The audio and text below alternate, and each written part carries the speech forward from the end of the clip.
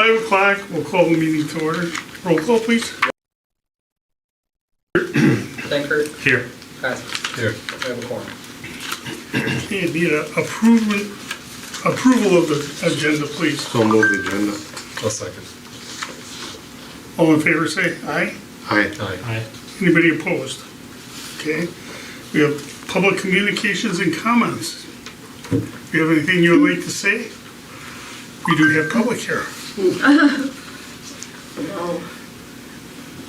we just feel that we shouldn't be taxed for more than is fair to us, and having tax on wheels and that's almost like trying to limit people away from driving because they have to worry about how much they use of the road and that. Well, aren't our taxes already paying for road work? Why do you have to put the blame on all the drivers all the time? And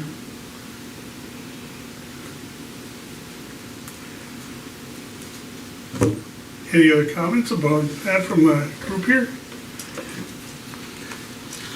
This was a council action, was it not? A discussion? Well, it was a discussion. They haven't done anything about it yet.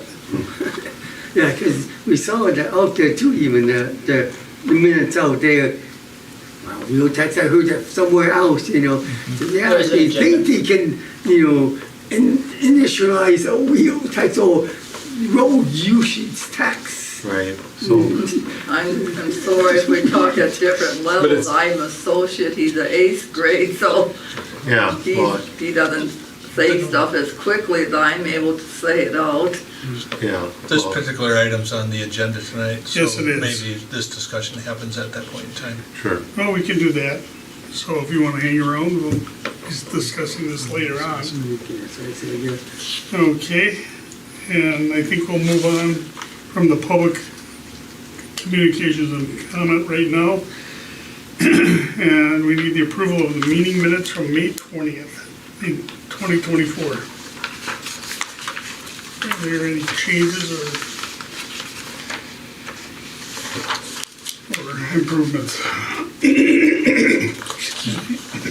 It was a while ago, but I didn't see anything that I didn't really remember, so I'll make a motion to approve the meeting minutes from May 20th, 2024. I'll second. All in favor, say aye. Aye. Anybody opposed? Okay, then we'll move on to the discussion items. We'll start with A, that's trees and ROW. Very good. So, as you may be aware, the DPW department has been focused in the last year or longer on ridding the community of diseased and dying trees, namely the ash trees. And now that the vast majority of those are gone, we're focusing on the next round of trees that were identified in the 2022 survey by the consultant the city hired. In removing some trees in the last contract, it generated a question on my part as to what was the ordinance intent on as it frames a street or a public tree, because I'm coming across trees that need to be removed that arguably may not have been planted or authorized by the city. And typically those situations involve, those are situations where there is an absence of sidewalk. So in absence of sidewalk, what my experience has been is that the residents or the property owner tends to treat the land within the right-of-way as their own, and they'll do landscaping improvements. They may do other things like underground dog fences. I've seen retaining, not necessarily in this community, but in other communities, I've seen people put in retaining walls around their culverts, things like, some significant investment. Nonetheless, the city of Ripon is now embarking on a program to eliminate the trees that were recommended for removal by the consultant, and there are quite a few that are in these areas that may not have been the product of a city program or encouraged by a city program. So I'm looking for guidance on, from the committee as far as, do we continue and remove, continue to be responsible for everything that's within the right of way, or are there parameters as far as when the city should be responsible? Well, that's like my parents' house. It's We're- on a round Public, in. we're not looking for public comment Yeah. anymore. That's closed for You have to now. wait for Oh, the okay.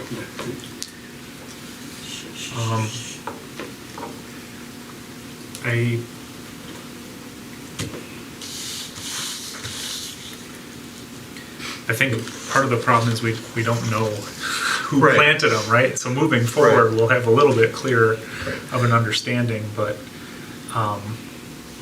So like with Liberty Street, there's an area that, between the ditch line and the right-of-way line that there's no rhyme or reason.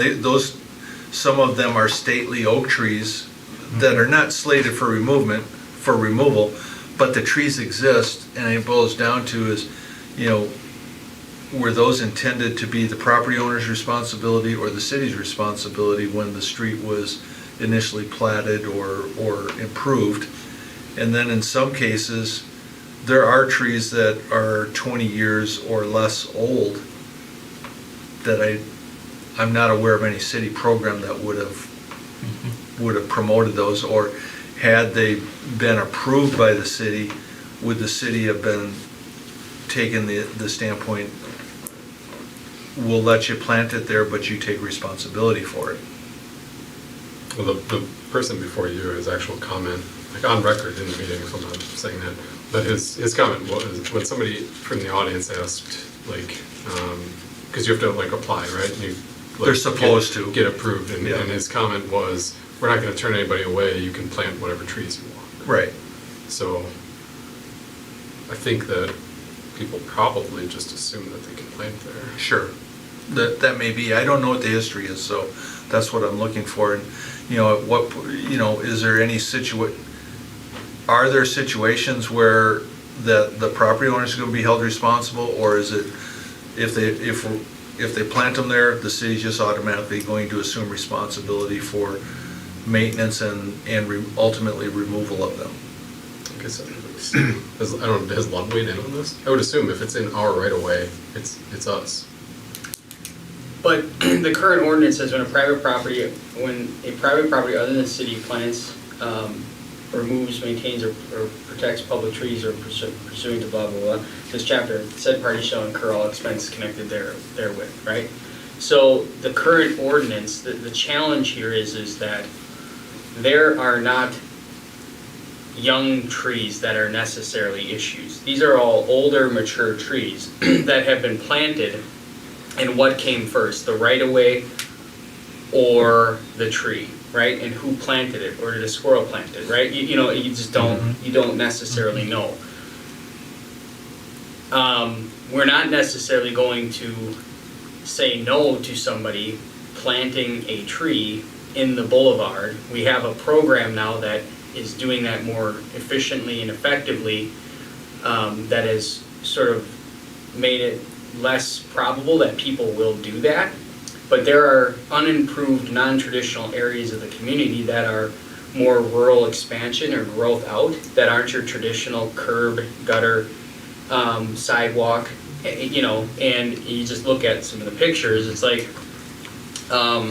particularly on Liberty, there's a bunch of trees that line the street that are within the right-of-way that are really close to the property line, that there's no sidewalk, and if they were, they'd be on the other side of the sidewalk, not necessarily in what would then be a right-of-way, right? Ultimately, when we find these issues, it's basically at this point, we're trusting either the property owner to be honest and say, yep, I planted that in 1994 and it's my responsibility, or we're just guessing based on some of the dynamics of the neighborhood, or we're assuming the responsibility of it.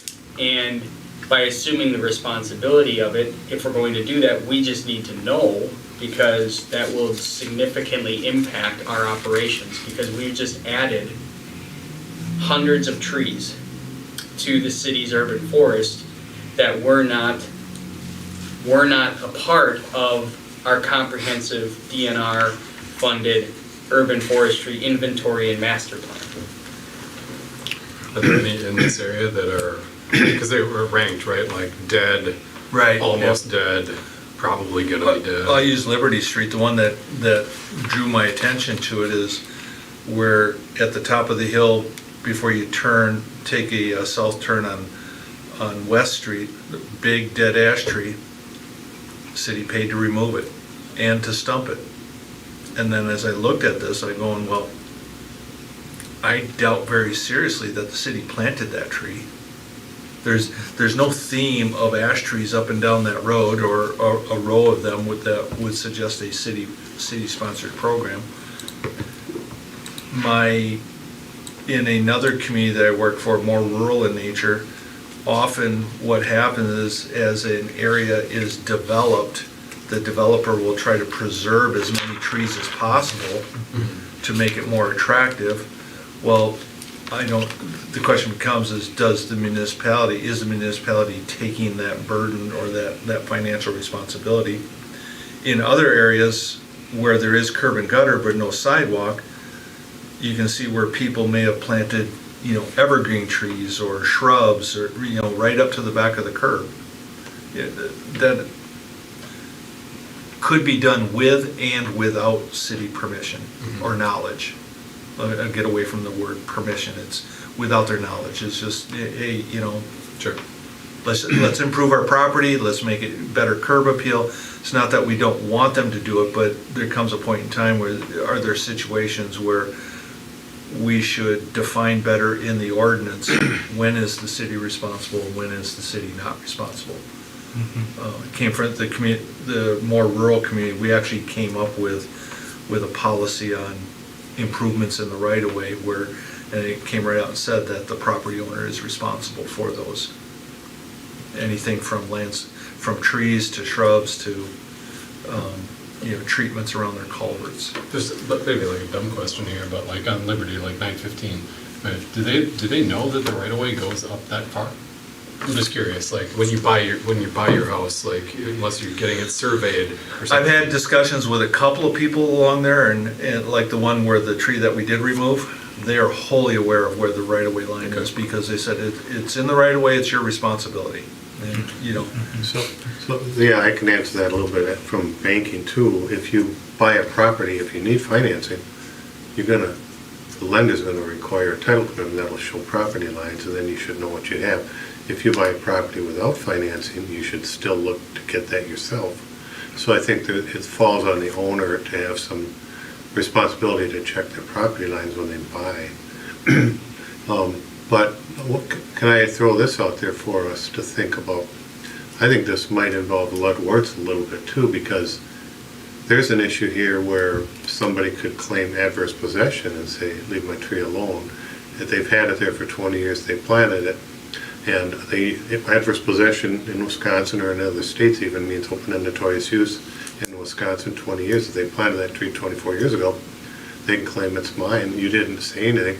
So maybe Ludwards has to, with the help of you, say where you identify potential adverse possession or any encroachment in the right-of-way, that you make a notice and a disclosure to the property owner that this is in the right-of-way, and the city will have ultimate responsibility on what has to happen to it if anything for the public good needs to be done, and the cost will be the property owner. There is an ordinance that states we can tell somebody on private property to take down a dangerous or an infested tree. We have the authority within our police powers to do that. Even right? if adverse possession Even occurred? if, yes, we can go on Okay. private, we very rarely do it, and only when there's, we do it a lot of times if a tree half falls, and then they cut up part of it, but then the other limb is sitting there, there's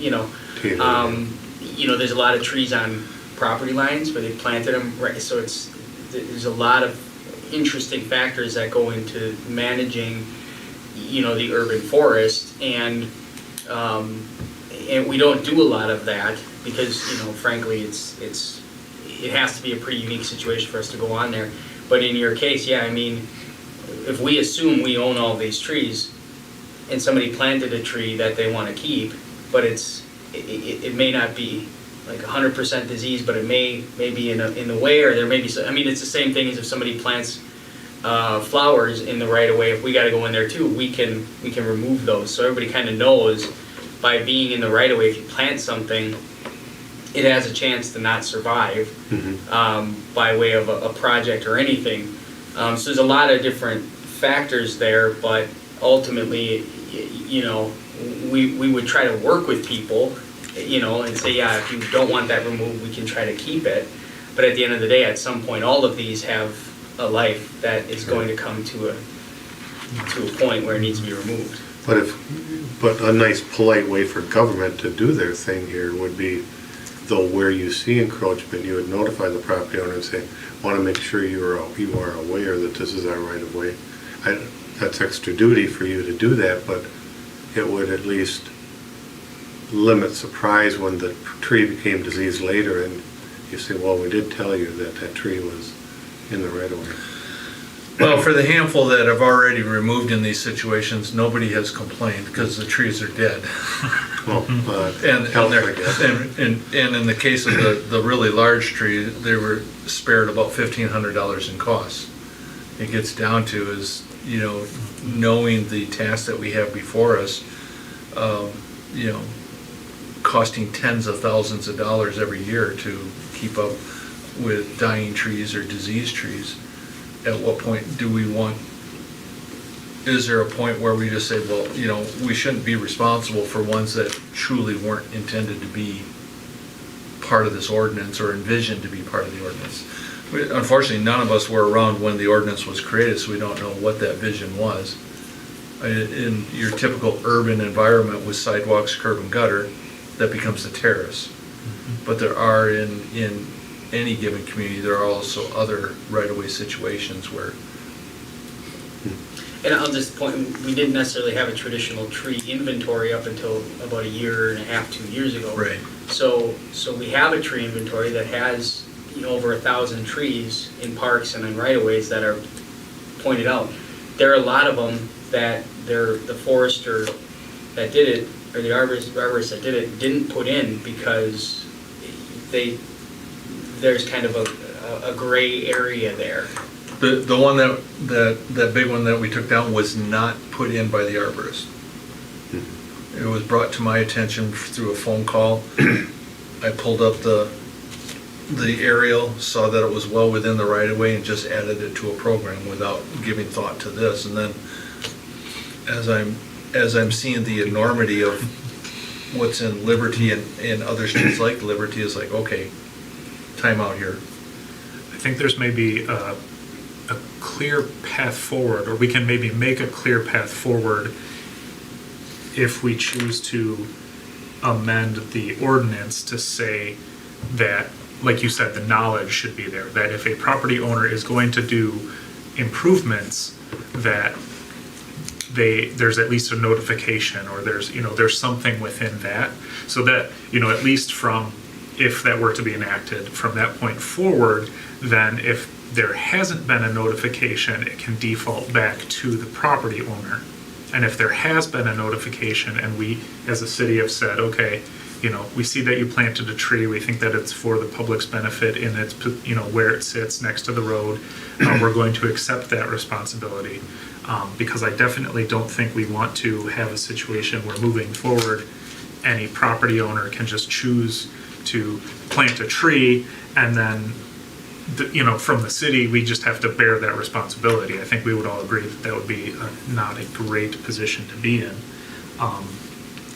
Unfortunately, I do kind of feel like right now, if it's in the right of way, it ultimately becomes the city's responsibility. But I don't know if there's a path to negotiate that where you have some trees that are closer to houses, or some trees that maybe look like they were planted newer, where we ask for maybe some goodwill, or we can do a cost sharing so that if something is happening or needs to happen, then we can both property owner and city can come to a. The way I looked at it is in a situation where there isn't a readily identifiable property line, like the back of a sidewalk. Is it envisioned that the city was knowingly or willingly taking on the responsibility for those versus it being a property owner responsibility? In some communities, if in fact, I believe that's the way it is where I live, if you have, when you get a permit to plant a tree, it becomes the property owner's responsibility for, until it's gone, regardless of sidewalk or without a sidewalk. It just gets into what is intended as far as city responsibilities for care and maintenance of the right-of-way versus improvements that either a property owner implemented or purchased. I think a lot of these properties, if they have the older trees, and we just had the arborists do this in this year, those trees would be grandfathered into the old system, wouldn't they? But as Adam was saying, a lot of Yeah, these trees were they were not identified as being a part of the city inventory. Right. But I'm looking at Liberty Street and look at the right-of-way there, and you look at Fairview Street, and look at the right-of-way here there. It's not the same. No. Excuse me. So, you see what I'm saying? Right.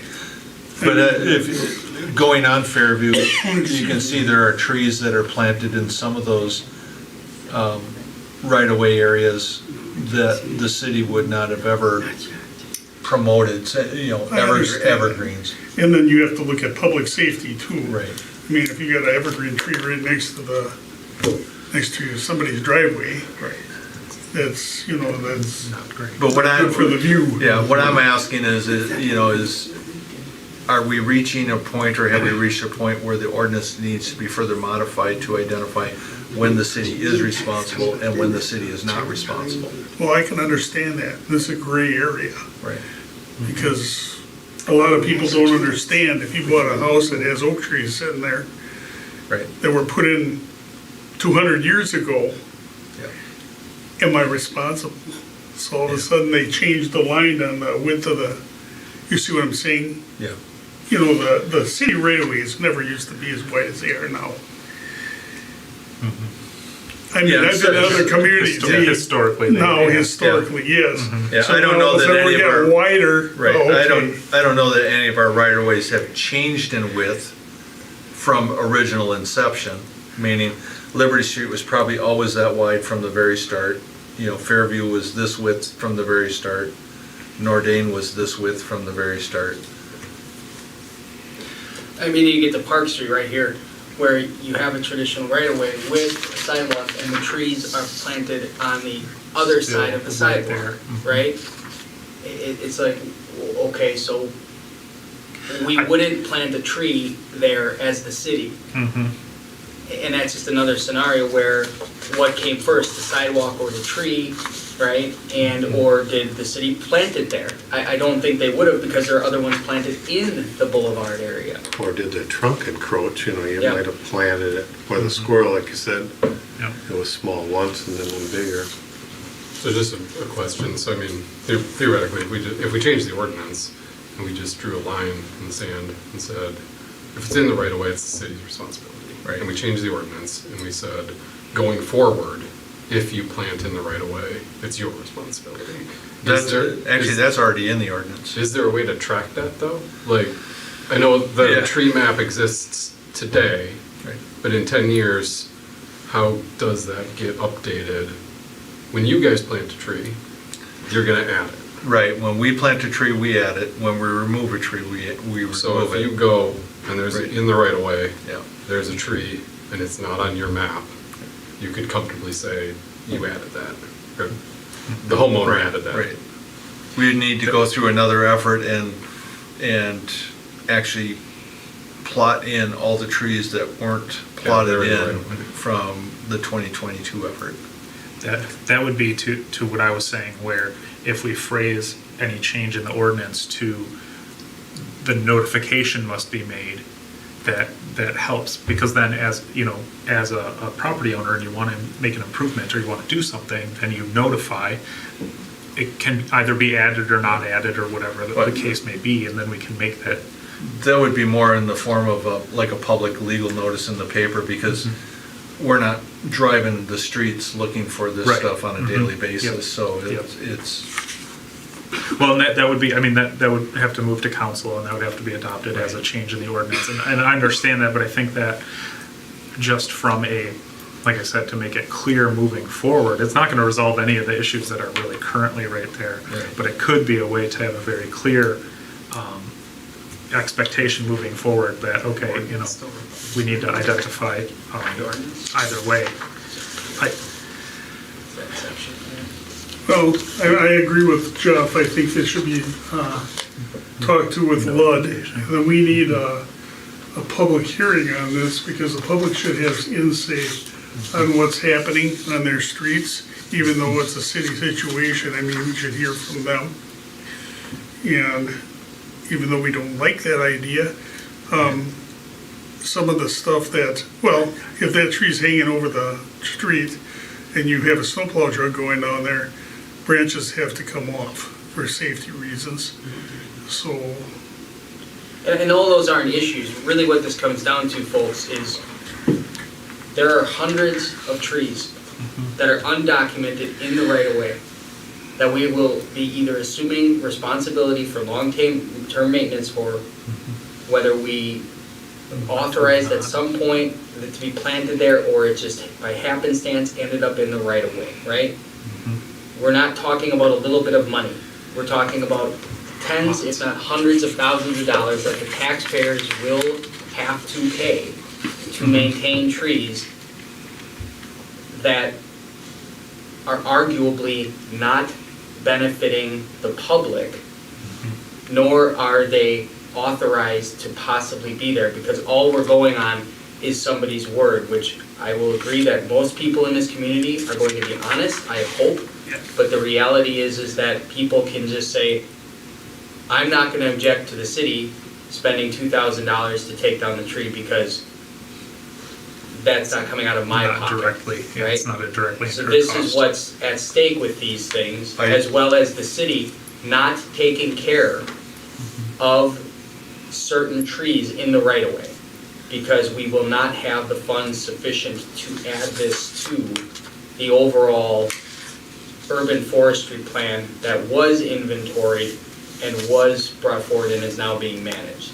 So, we don't understand the full totality of the problem, but in certain areas, there are significant trees and almost near forests that are encroaching into the right of way.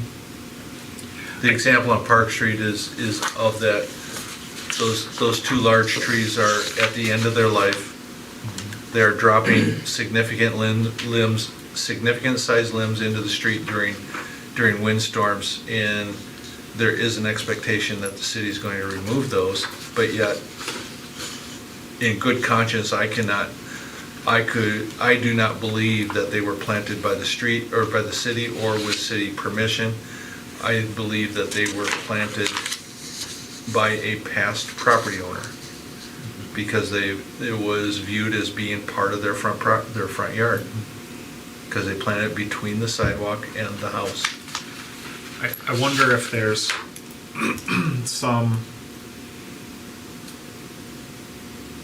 because in the ordinance here, it says that it comes out of department budgets or from funds donated or otherwise acquired for this purpose. Now, this definitely goes to discussing with Lud and discussing the powers, but is there any precedence for a notification period? Because I would say that the city has a responsibility from a safety standpoint that anything that is an immediate concern, it is probably going to have to be taken care of, which I think Alan was just saying. But if there are trees that we can identify or trees that we do identify moving forward, can we have a notification and say, hey, we know that this is going to be an issue. We either want you to as a property owner, you either agree that it's your tree and you're going to take care of it, or you agree that it's not your tree, but if you say that it's not your tree and it needs to come down at some point, then there's still some sort of cost sharing or notification. Or I think we take kind of that same slant with sidewalks with grinding and replacement, where we budget as a city X amount of dollars to get the job done, and then the property owner is then still responsible for, the other portion of it, because it still is technically on their property or whatever the case may be. And I wonder if there's some navigation in that way, utilizing the current ordinance. Well, does it make any sense to check how other cities are managing this issue? It's gotta be something all over the place. It would make sense. I mean, I'm sure there's going to be lots of broad spectrum there too, but at least there's a precedence that we can at least Yeah. look at and have some information on. Well, this is just a discussion item for tonight anyway. Excuse me. We can do more research and work on it and talk to Len and. Why don't we do that? Yep. yeah, and get some other views from other towns. No, that would make sense. Okay. All right. In Fond du Lac County is expanding, like County Road E, right? They're taking the right of way on both sides, heading out of town toward, It's on the north end there? yeah, Okay. right? So like Fond du Lac County has expanded the right of way, like 21 feet, I think, both directions. Yeah. So I guess I'm just wondering if when they do that, what that conversation is with the property owner. Because there are trees in that.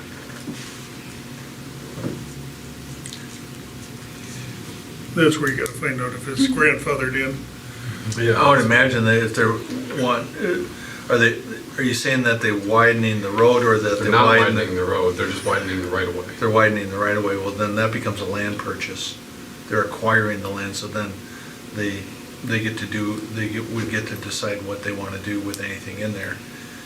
Either leave them or not. I guess the question would be is what is the county and also the township's response as to who is responsible for the cost if a tree has to come down? Say it's dead and diseased, and it poses it's just gonna get worse. So what does the town of Ripon do versus what does the highway department do? Yeah. Okay, can we move on now, or is there any more discussion? You're the chair. We can move on. Okay, we'd like to move on if we can. And hopefully we'll get some information Yep. from Lud and other communities, so we can do this. Okay, B is West Fond du Lac Street highway direction signs. In the packet, there's a picture of a sign. So what's going on there is that structure is failing. If you've been by it, you'll know that it's leaning over. Working with our consulting engineers, I've learned that we can't simply just put up a new structure. Well, back up just a little bit. We investigated whether or not we could plop a new structure on there. The anchor bolts are so corroded that we can't make use of the anchor bolts again. So we would have to install a new foundation and a new structure. The sidewalk is subject to the Americans with Disabilities Act as far as maintaining passage through for Americans with disabilities. So based on the present dynamics, it's plopped right in the center of the sidewalk. So that became a no, we can't do that. We could purchase property and place it in the front yard, but we're not in the mode of doing that right now because we're in the middle of, or at the starting phases of designing road reconstruction from Union Street all the way to the east corporate bounds. So we don't know where that's going to lead us. So right now, I've worked out a game plan between us, Alliant Energies, and also Fond du Lac County Highway, because they're the ones that would install and maintain the highway signage to place, if you flip looking at this black and white photo, to place the one on the right-hand side where it says use left lane, would place that in advance of getting to making the turn. And then between Jefferson Street and the top of the hill, place one with the dog leg left arrow on a power pole there to promote people to use the left lane in following Highway 29 or 23 and 49. And then I'll work with a local sign company to get some downtown business signage made up to, as far as using the right lane. That's what we're doing at this point in time. This is more of an advisory to let you know the whys and the hows. In the meantime, obviously before 2030, before they start reconstruction, Adam and I will be working with the DOT's designers as far as what the long-term final solution will be come 2030. What does the Uniform Traffic Code say about putting signage on the opposite side of the roadway? I didn't investigate that just because I didn't feel that was one that I felt motorists would pay attention to. Okay. Yeah, it is pretty wide down there. Right. The only reason I ask is because with it being a bare left to continue on the highway, sometimes you Right. start to look more to the left rather than to the right. So I didn't know if there was any guidance or if there was anything about. And right now, there's not advanced signage to tell people to use the left lane. I added that after experiencing a couple of situations where people are making a last-minute lane change Yeah. both ways. Some are making a last-minute lane change to go downtown, some are making a last-minute lane change to follow the highway, so. People have been hitting that center median thing there since I've been born. So, Yeah. So we approached the DOT about this. We talked to them at length about replacing the sign and trying to get somebody there to do that, and they've kind of been very just non-committal and non-supportive of it, because their solution was to put in bollards and take this to a one lane for the duration of the street past Liberty, and then open it back up again once you got past the Jefferson Street turn, to take it to one lane and then diverge again back to go downtown. Right. And to basically, which would be frankly a disaster Yeah. because of turning left on Jefferson, as well as just Mm-hmm. the overall. So that was their approach and recommendation, to be frank, and we said that is not It's not. an option. As we review the reconstruction of the state highway, this area, including the median and all that, will be reviewed to put in something more permanent. Mm-hmm. We also don't want to spend a pile of money to replace a big sign when the state could be coming through in 7 years and say, well, that's got to go, right? So this is sort of the best answer in terms of cost until there's either a complete redesign of the intersection, which could look who knows like what, in 7 years. Or 6 years, I should say. I have no issues with your plan. I honestly don't think that really needs to be there. I don't think it adds that much. You don't think so? The trombone arm thing? No, yeah. I see people past that making the last minute choice, like all day long, every day. Yeah, the only thing you could do is put lines on the road like Oshkosh does. This is the turning lane only. I am, one of the concepts of this is that for that green section, make that solid white. Try to force people to make their choice of lanes earlier. Well, that makes sense. Yeah, I was going to actually ask if there was any line painting that was going to happen in that. I don't know that I can make it happen yet this year, because part of this is also then in the left lane, I want to get the dog leg left arrow painted on the pavement also. And Yeah. I don't have the template for that, and it's Right. I've got a number of other things that. Right. But we could do the signage Right. The signage. sooner, and then we can do line painting I want to get that, later. I really want to get that sign structure down. We're living on borrowed time before it falls. Yeah, yeah. I do like the use left lane indication earlier, because I think that will help some of the larger trucks. Yes. And some of the, yeah, that'll at least give them that notification, hopefully. So. Sounds good. Any other discussion on this? Hearing none? I can't open it to you, I'm sorry, ma'am.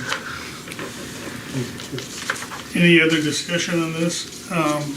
Hearing none, we'll move on to the next one, that's brush collection, review of policies.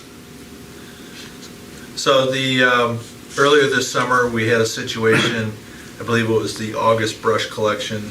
A resident had placed a large volume of brush on their terrace, approximately 100 feet long. The crews showed up, and we have a policy that if it's going to take longer than 10 minutes, then they get charged $3 per minute after that. The crews also have the authority to determine what's the most, I shouldn't say cost-effective, but time-efficient way to get rid of the brush. And so they had determined, as they have many times in the past, is they'll bypass this, get the brush that can be chipped up completed, and then they'll come back, they'll bring the backhoe that has a grapple attachment, and then they'll load our dump trucks with it. In the case that happened in August, it took a total of 80 minutes to load up 8 loads of brush to haul it away. Took 10 minutes to load each truck. That's what they got billed for. They did not get billed for the hauling or the travel time. The comment that we received is they felt that it would have been more time efficient to chip it. I can only defer to, since we don't live in don't have parallel universes, we can't necessarily determine if chipping would have been faster. I can only defer to the guys that when they assess the pile, if it's going to be a struggle to pull it apart, pull branches apart, and then feed it into the chipper, to their expertise and what's the most efficient way to take care of it. That's what they did. There was some consternation on the part of the resident on this, and I don't doubt that they ever were, I guess, satisfied with the answer, but ultimately we're bringing it to you to have discussion. Does anybody have other thoughts, or as far as what might be a policy or? Yeah, I guess I had a thought. Let me throw it out there when we can at least talk about it. Well, first is my question is, if somebody calls for brush pickup, in the ordinance, do we have anything that they can't call the next day? You know what I mean? Like, what's to stop them from asking for brush pickup for, like, every single week? Like, if they put out... So we do it once a month, and they can either call or they can fill out an online form. So they could do it every single month? Yeah. Okay. Yeah, they can do it every single month. So then, my question, and that's in the ordinance that exists today? I don't even know if it's an ordinance. I think this is just a service we provide. Okay. Does it say in there that if they exceed Yeah. the minutes? Yeah. Okay. So what procedurally what happens is, and we did make some tweaks to what they see online. So when you go to fill out the form on the website, your first shot of that did not provide anything about the $3 per minute. But what happens is when you fill that out and you hit submit, you get a rebound email back to you that then guides you on, and that was part of it, is the $3 per minute. When this one came up and was brought to my attention,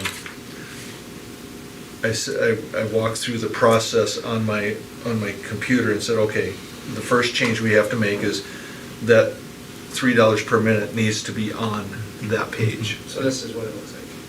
So that's what it looks like now. Yep. And then when you fill that out and you hit submit, you get that, basically get that same message with the part about the $3 per minute also being highlighted. So it looks a little bit different today than it did a month or so ago because we just implemented a new app, a GIS app, that when they fill that out, it automatically populates a map for us and plots, it allows, we print out a map now for the guys, and they're able to then quickly identify the best route to go about doing their brush collection. I think I just have maybe 1.5 comments on this. Sure. First, the change to explicitly call out the charge is beneficial, is good. I think that's maybe the first step in avoiding conflict in the future. Right. And then secondly, did they clearly had to go back and get the backhoe with the arm, right? Correct. I'm curious if it's beneficial for an internal policy to just, if they're gonna have to come back and do more than just a brush pick, more than just the 4x4x20 or whatever it calls, I think is what it calls, 4x4x20, yeah. If it's more than that, if the internal policy is just to call and leave a message, or at least just do one more reach out and say, hey, you're on it, but you're in the area, you're in the charge area, so expect that, In this case, we probably could have done that because the list was so large, we did not get back to this on the same day. Yeah, otherwise it's the same day. But most of the time, it's the same day, and so to do that, we are trying to be efficient and make the best use of our crew members' time, so. It's hard. We have, in my tenure here, we have had a couple where the crews have commented back, hey, there's a huge pile there, do you still want us to collect it? And we will attempt to. Okay. And we have left messages, and some people have called back and said. They've even done, tags on the door, they've left notes. Right. In the past. What I'm trying to do is I'm trying to maintain a level of efficiency that doesn't take us into another day if it can be avoided. Right. In this situation, could we have done that? Sure. Possibly. I can tell you in this situation, they were fully aware that, because the comment that they made is that they knew they were going to get billed. They just didn't think it was going to be as much as what it was. Yeah. So I guess my comment that I'm going to throw out to see how everybody feels was, if we have like the $3 per minute, right, knowing that we don't want to burden the city, right, because we don't want to have the taxpayers picking up a bill for something that they shouldn't. If we could figure out, right, like whatever that size is, and like 4x4x20, I think is like the comment, and then if we treated it almost like container sizing and priced it accordingly, that it was 4x4x20, and that's included. And then if you're at another 4x4x20, it's $50. And if you're at another 4x4x20, it's another $50.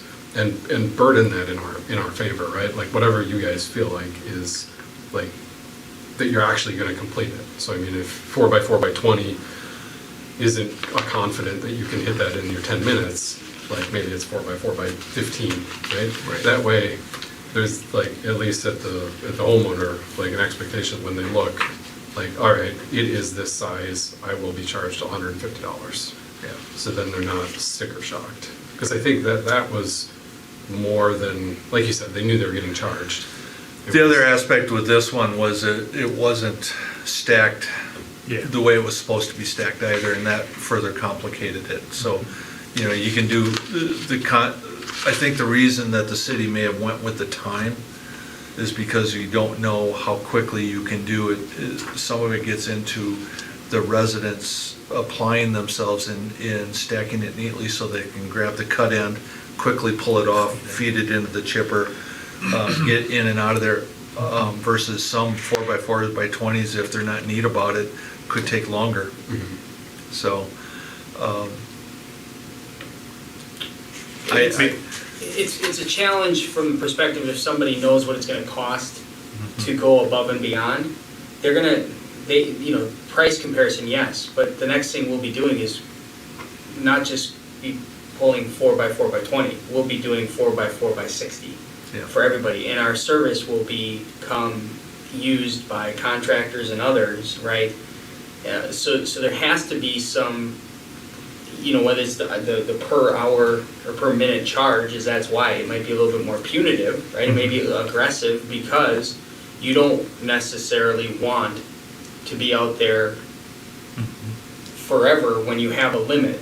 The limit is the issue here when somebody goes above it, and we can stop at that point as well, right? We can say 4 by 4 by 20, we're going 20 feet and we're done, right? Even if it takes more than 10 minutes, that we can stop, and then somebody may have 20 feet of stuff sitting there that they have to then take care of. What is the cost to remove that? Or, Right. there's so many varying factors that I don't know if this necessarily is broken.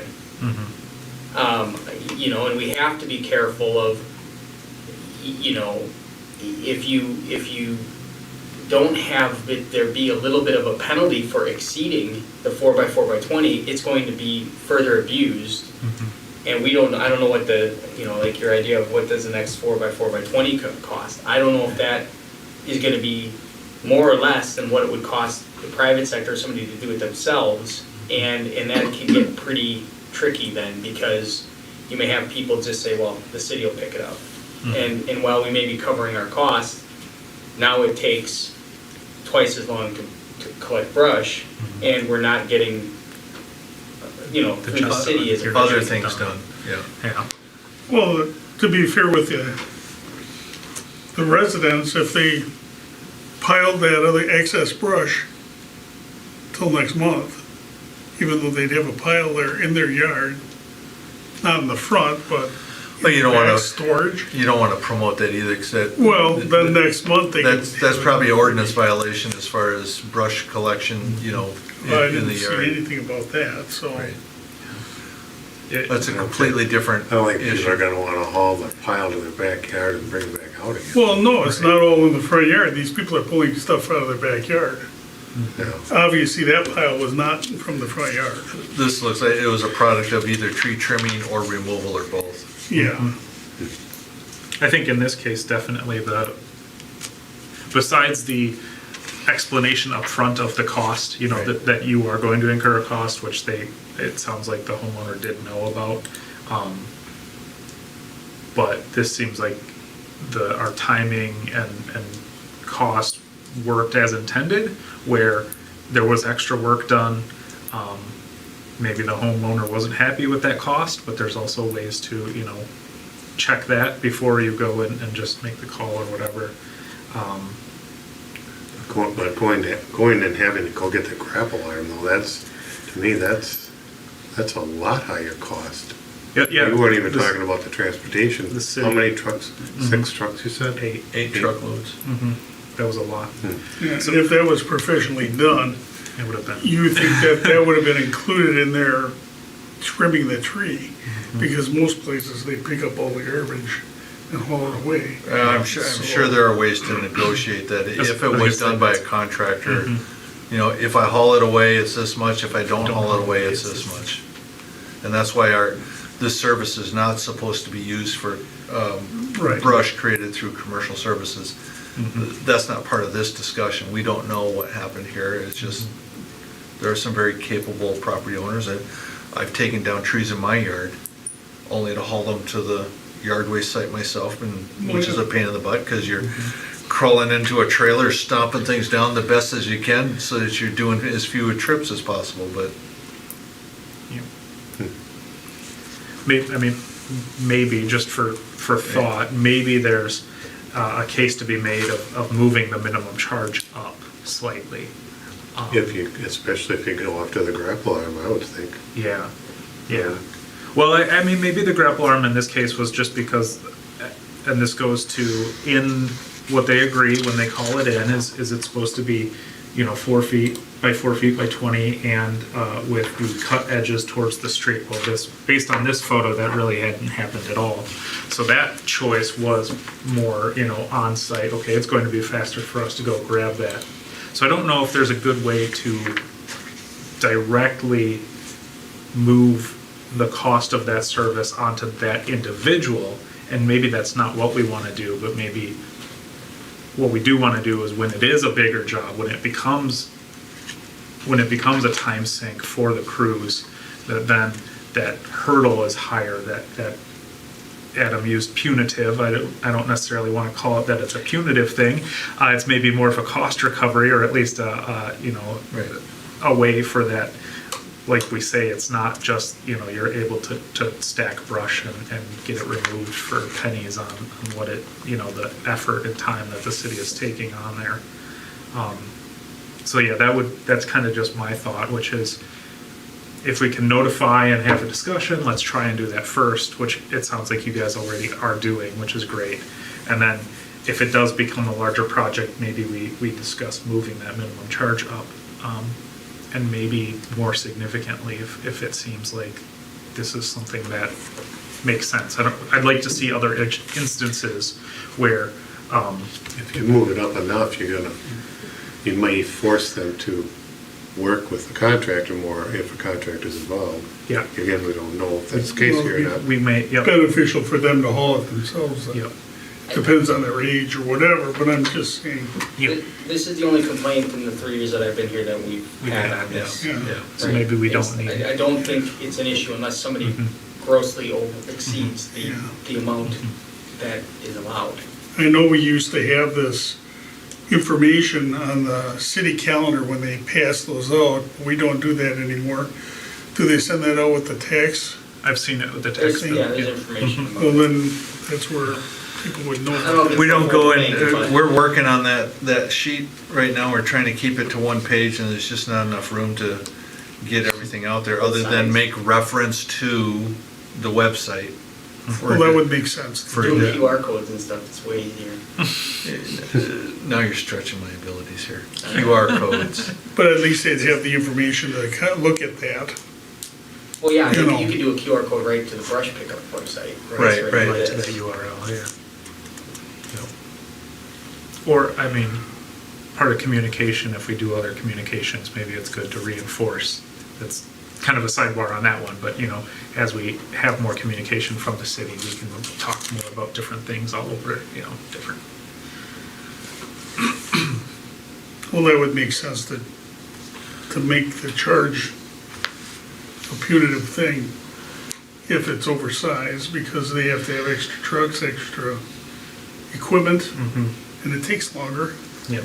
And even if they are using a grapple thing because of the speed, because they have to get this stuff off the road quick, I'm assuming that's why they would do that instead of Right, and just to pick it up. Yeah, All that brush, if it's So- snagged, it's hard to move and Well, yeah. dangerous and. exactly. So, I don't know, where do we go from here? Just, Yeah. I don't necessarily want to mess with the rates right now. No. It seems to be working. I don't know how long they've been in place, but,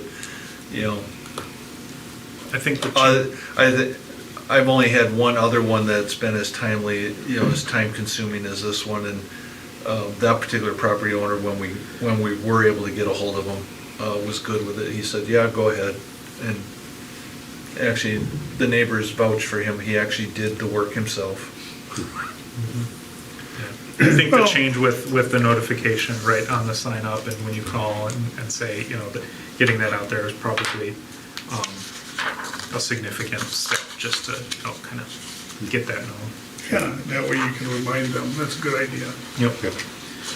Okay. Okay, any other discussion on this? So, Steve, if I may make a suggestion? Yes. Should we move to G so they don't have to sit here? Yes, we will move to G. Okay, do we have to have a motion on that, or are we good? Just moving to G? Motion to And amend the agenda? Yeah, I think you can do. just- Do a- You can just, yeah. Let's amend the agenda to, Seconded. Yep. okay. Cast unanimous. All in Yep. favor? Aye. Okay. Okay, anybody opposed? Okay, so we're moving to G here, and it's a wheel tax program discussion.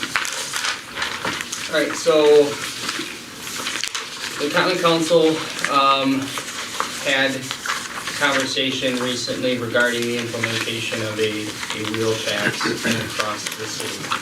So to kind of take a step back, I wanted to provide some information. So every year, the city receives state shared revenue and general transportation aid, and they base that off of a 3 and 6 year average. And this information is not in your packet, sorry, there's some other information on it, but some of it will be up on the screen. From 2023 to 2024, our 3 and 6 year average in spending for transportation has increased dramatically, okay? The city has taken a more aggressive approach to infrastructure spending with larger projects, and we have allocated funds to address maintenance activities that otherwise were not being done in previous years. So you see that our 3 year average has increased by about $1 million, which is, it's just, we're doing more. We're putting more money in to infrastructure, roads, maintaining roads. This is everything from plowing to the staff patching holes, crack filling, and then, you know, our large reconstructs. And that's what's really driving this, is our large reconstructs, which you can see over the past few years, we were spending about 2.5, 2.4, 3.1. In 2022, we were at $6.1 million on infrastructure and transportation expenses.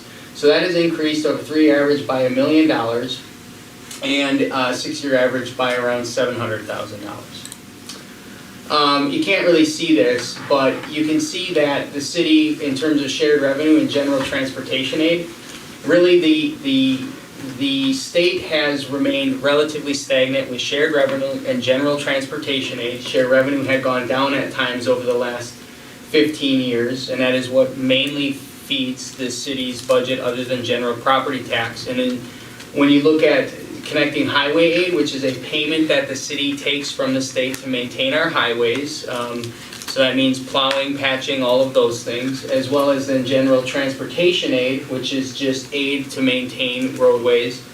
You saw pretty much a decline and a stagnation at the state level for many years, but that was largely due also to the city not spending as much. So over the past couple of years, we have seen an increase in shared revenue as well as general transportation aid. Adam? Yes. Is the general transportation aid the monies that come out of the gas tax, partially or fully? Correct. That is what generally the state funnels our way to, you know, help maintain The roadways? the roadways, right? Okay. What about licensing? They may be mixed in there, but I cannot say with certainty that general transportation aid is impacted by that or where the money comes from. I'd have to look at what mechanisms fund general transportation aid, but my assumption is that at a state level, they are taking in fees and revenues from gas taxes, registration fees, so on and so forth. They're then divvying it up. Ultimately, this number only raises when this number raises, right? So we've done a good job of spending more to get more money there, right? When we look at our general tax levy, and you know, this is meant to be transportation focused, but ultimately you saw many years where our shared revenue and a lot of our revenues remained really flat. More recently they've increased, but there are maintenance of effort requirements with taking this new money for public safety. So it's a bit of a challenge to just say, well, take that increase and throw it just to roads, right? Because there are things that we have to do with it for public safety purposes. And you can see over about a decade of remaining flat, you know, there was not increases that even remotely got close to what inflation would be on a road project or for road salt, right? So pretty much the communities in the state have been starved of shared revenue and general transportation aid for about a 12-year period in the state of Wisconsin. That has flipped a little bit, but as that has happened, and as Jeff may attest just based on being in the banking and getting inquiries from the city, our general obligation debt has increased since this trend as well. So the city moved away from funding projects through its tax levy and or budget, and moved to funding a lot of projects via debt. So our debt has increased by about 2.5 times over the last 15 years, and I'll show you kind of what projects that will get us, right? So over the past couple of years, some of that debt has increased because we have done bigger projects. So State Street is a 1.2 to 1.4 million dollar project of reconstruction there. St. Wenceslas is 1.2 million. Vermont Parkway Terrace was a 2 million project. Hamburg Henny is a 2.2 million dollar project or higher. Right, so a lot of that is going into debt. So a city is allowed to create a wheel tax via city ordinance. The DMV allows us to do this. It's implemented within 90 days of passing the ordinance, and they charge a 0.03 cent per vehicle collection fee. So there are 7,750 wheel tax eligible vehicles in the city, so $20 wheel tax would garner approximately $155,000, and a $25 wheel tax would garner approximately $193,000 in a year, okay? So there are approximately 41 communities across the state and about 12 counties or so that implement wheel tax. Big, small, all over the place. Generally speaking, the reason $20 and $25 is selected here is, frankly, that's probably one of the more popular number in terms of across the state what people are charging. There are wheel taxes as high as $40, and it's a per vehicle. So any vehicle that gets registered that's classified under 8,000 pounds or whatever gets a wheel tax charged to it. So as you register a vehicle in the city, the DMV collects a small administrative fee and they funnel it back to the municipality. Okay. So as we've done a financial management plan here at the city, we've done some capital improvement planning for 2024 to 2030. There's about $13 million of projects that are being funded through the general fund, general obligation debt, utility revenue, TID, grants, and that includes the State Highway 2023 project. So we have an aggressive capital plan. I'm sorry, this is pretty small to see. But this starts in 2024 with about $1.2 million for St. Wenceslas, moves to Hamburg and Henny, then into Houston, then looking at, with Houston, East Seward, Spring, and Water Streets, Liberty Street, Griswold Street, Pacific Street, and then Fond du Lac Reconstruction and East Sullivan Street. So these are considered the top projects that were placed in the financial management plan for larger reconstructions. So there is $13 million that the city intends on funding, not through a wheel tax, but through our traditional way of funding. Financial management plan, right? These $13 million are funded through general fund, geodebt, utility revenue, TIDs, grants, etc. So these projects, there's grant funds, in here that we've received, so on and so forth. So these are the projects we plan to do, right? And that we need to do.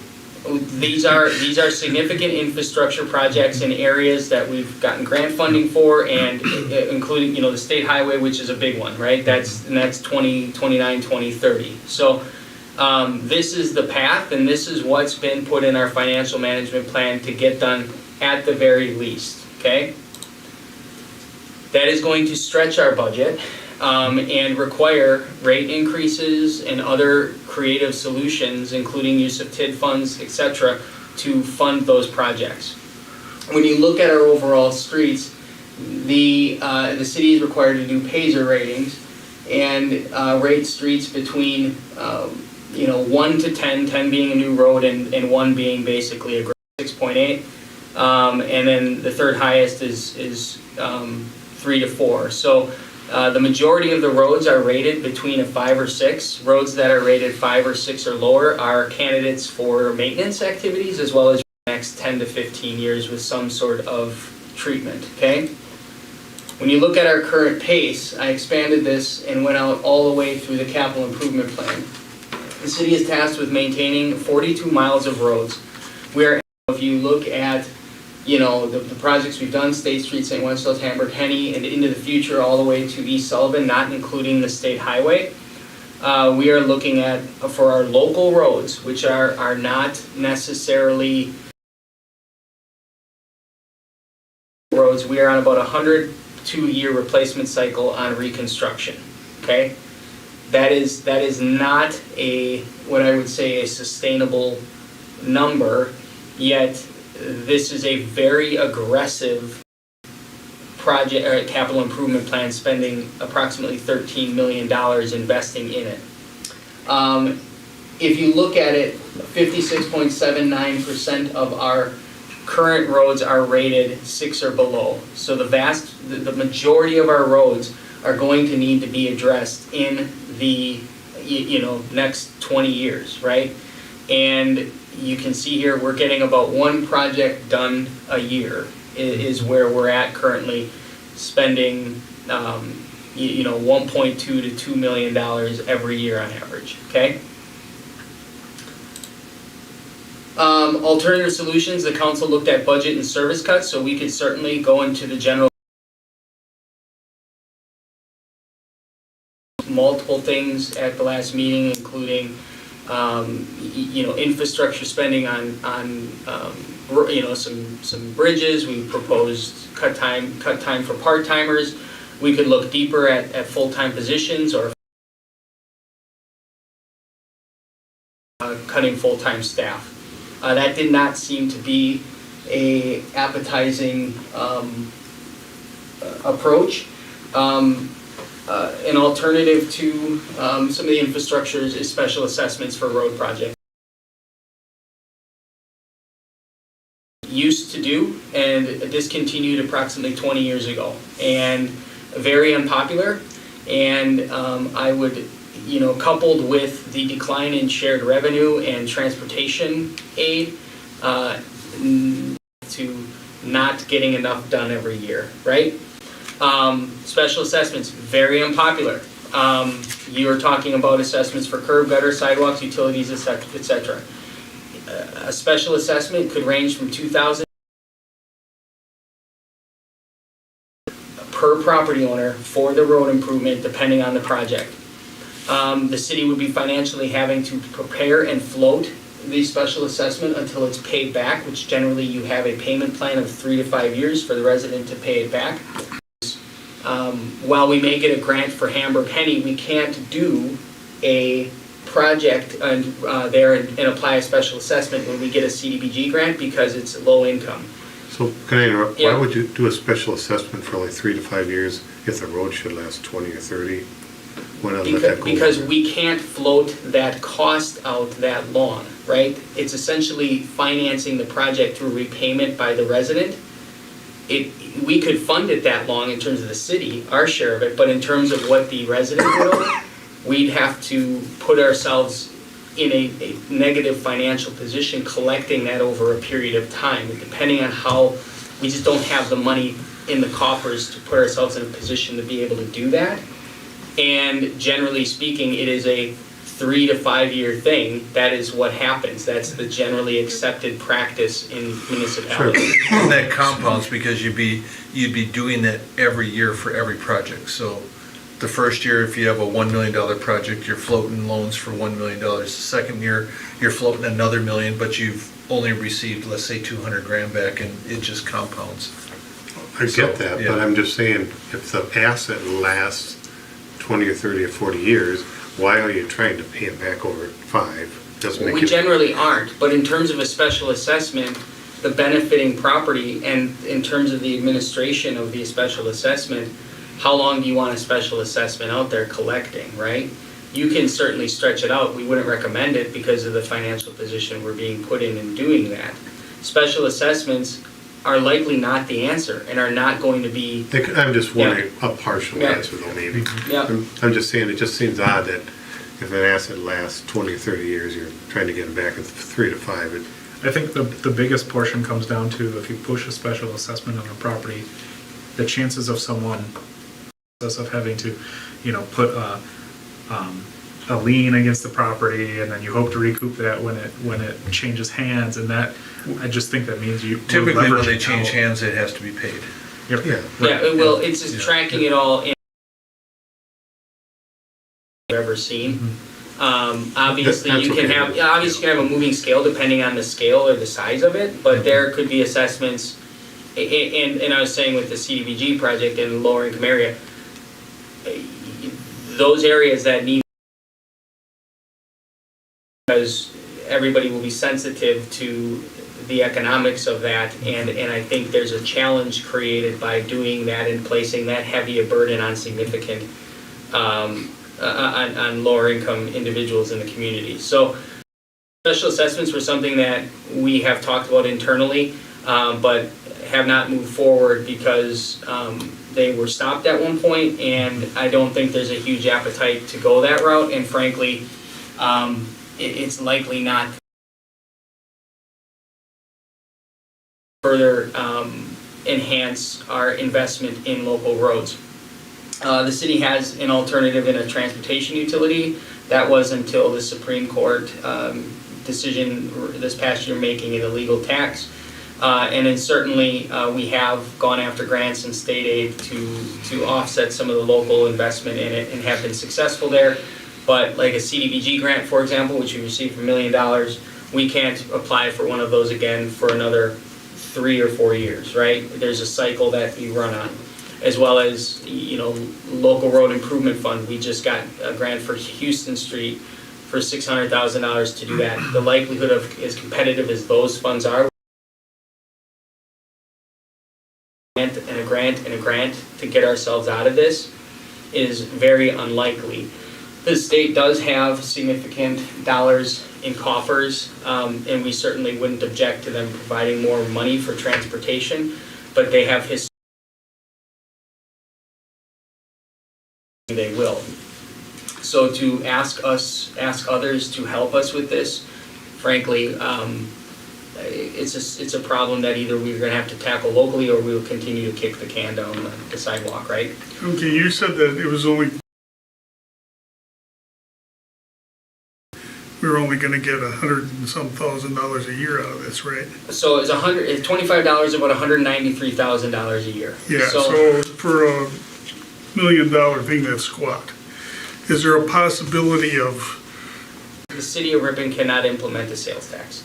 oh, The but state, the other people can? the state of Wisconsin took away our authority to do that, and that's the concept behind having local shared revenue. Yeah, And they have tied shared revenue at a state level, but that only started last year. Yeah, So there's no inability to, there's not an ability to implement a sales tax in the city or any other tax. The transportation utility was another kind of tax where you assign a value to a property or an assessment, and then they pay in, and then that goes to fund road projects. That was ruled unconstitutional, so there were a handful of communities in the state that had that. So the reality is, these are literally some of the only options: budget cuts and realignment of resources, and cuts to services, special assessments, or let's try to find grants to and other interrupt you things. for Yeah, a second, yeah. but, the only last thing I had to say is, a wheel tax penalizes the people that are living in the city. That does not take care of the dump trucks that are running through town. That does not take care of the semi trucks that are running through town. That does not, and they're the ones that beat up the roads mostly. I hate to say that, but it's true. I used to drive dump truck. I understand. Because you got a full load of gravel or whatever it is on the back of a dump truck. Nowadays, our roads only are assessed for 20 years, or it was 100 years. I'll talk about this in a minute here. Okay. So here's a sample wheel tax CIP that Alan put together that spends about $163,000 a year on average, right? None of these roads that are listed are roads that take semis, dump trucks, or large traffic. They're all local roads for Welcome residential. to my neighborhood. Well, Tabbert, Cass, Oak, Main Come down Party, my Joy, street. Avenue, Harvey, John, Carroll, right? These are streets that are local roads that are in residential districts that would be put together and created a CIP authorized by the Common Council, rotating in quadrants across the city to spread the money around to tackle small residential overlays that are heavily being used by our residents, right? These other roads that we're talking about in this plan, these are some of our heaviest traveled, taxed roads in some of those main things, right? These are separate from that, and you can see here, this is just a concept. You could add, Wawa. You could add Lincoln. You can add with having Alliance where it's located, there are areas of residential districts that have heavier semi-traffic, but the traditional local road that is crumbling, that's a 2 or 3 or 4 rating, is what is addressed, okay? So to begin addressing at a higher rate, this is an idea. It is passed via an ordinance that would essentially put in a motor vehicle, which means an automobile or motor truck registered under the state statute of gross weight not to 8,000 pounds or more, right? There are a couple exceptions there, but generally speaking, there are 7,750 of those registered as of July in the city of Ripon. The Common Council will be responsible for allocating funds, and it will be in a segregated fund, strictly used for repair, reconstruction, resurfacing, and maintenance roads, as well as associated project costs. That is the concept. So it's not going into the general fund to offset operation costs. This would be a segregated fund. The council, through budgeting, could also add dollars to that fund through general fund or other TID or other resources if there's a project that would make sense to enhance it. But generally speaking, it would be in a segregated fund, and so that's the reality of where we're at with this concept. And it's here tonight for discussion, mostly from a public works perspective. What is the appetite of public works to weigh in on the current status of road work? Because it is not a problem that we hear going away, and it is not a problem that has a very simple solution. Adam, can you bring up the overall aerial of the passer scores? I just want to point out kind of my thoughts on it. I think what we see a lot of, and we talked about the $13 million, like those are the projects of getting kind of the main stuff done, but none of that money once a project is complete, that is now liability. We have to continue to pay for maintenance through our Department of Public Works, and we don't have right now the ability. And then they have to be completely torn down, the curbs that, have to be completely redone. At that point, we say, well, we may as well do sewer and water while it's done. And it becomes a $2 million project or a $3 million project. Instead of, I think what the proposal is, we take $150,000 to $200,000 last another 20 years or 25 years. And then when those sewers and water lines do need full reconstruction, then we can plan, we can put that on the 5-year plan so that then we can look at what grants are available.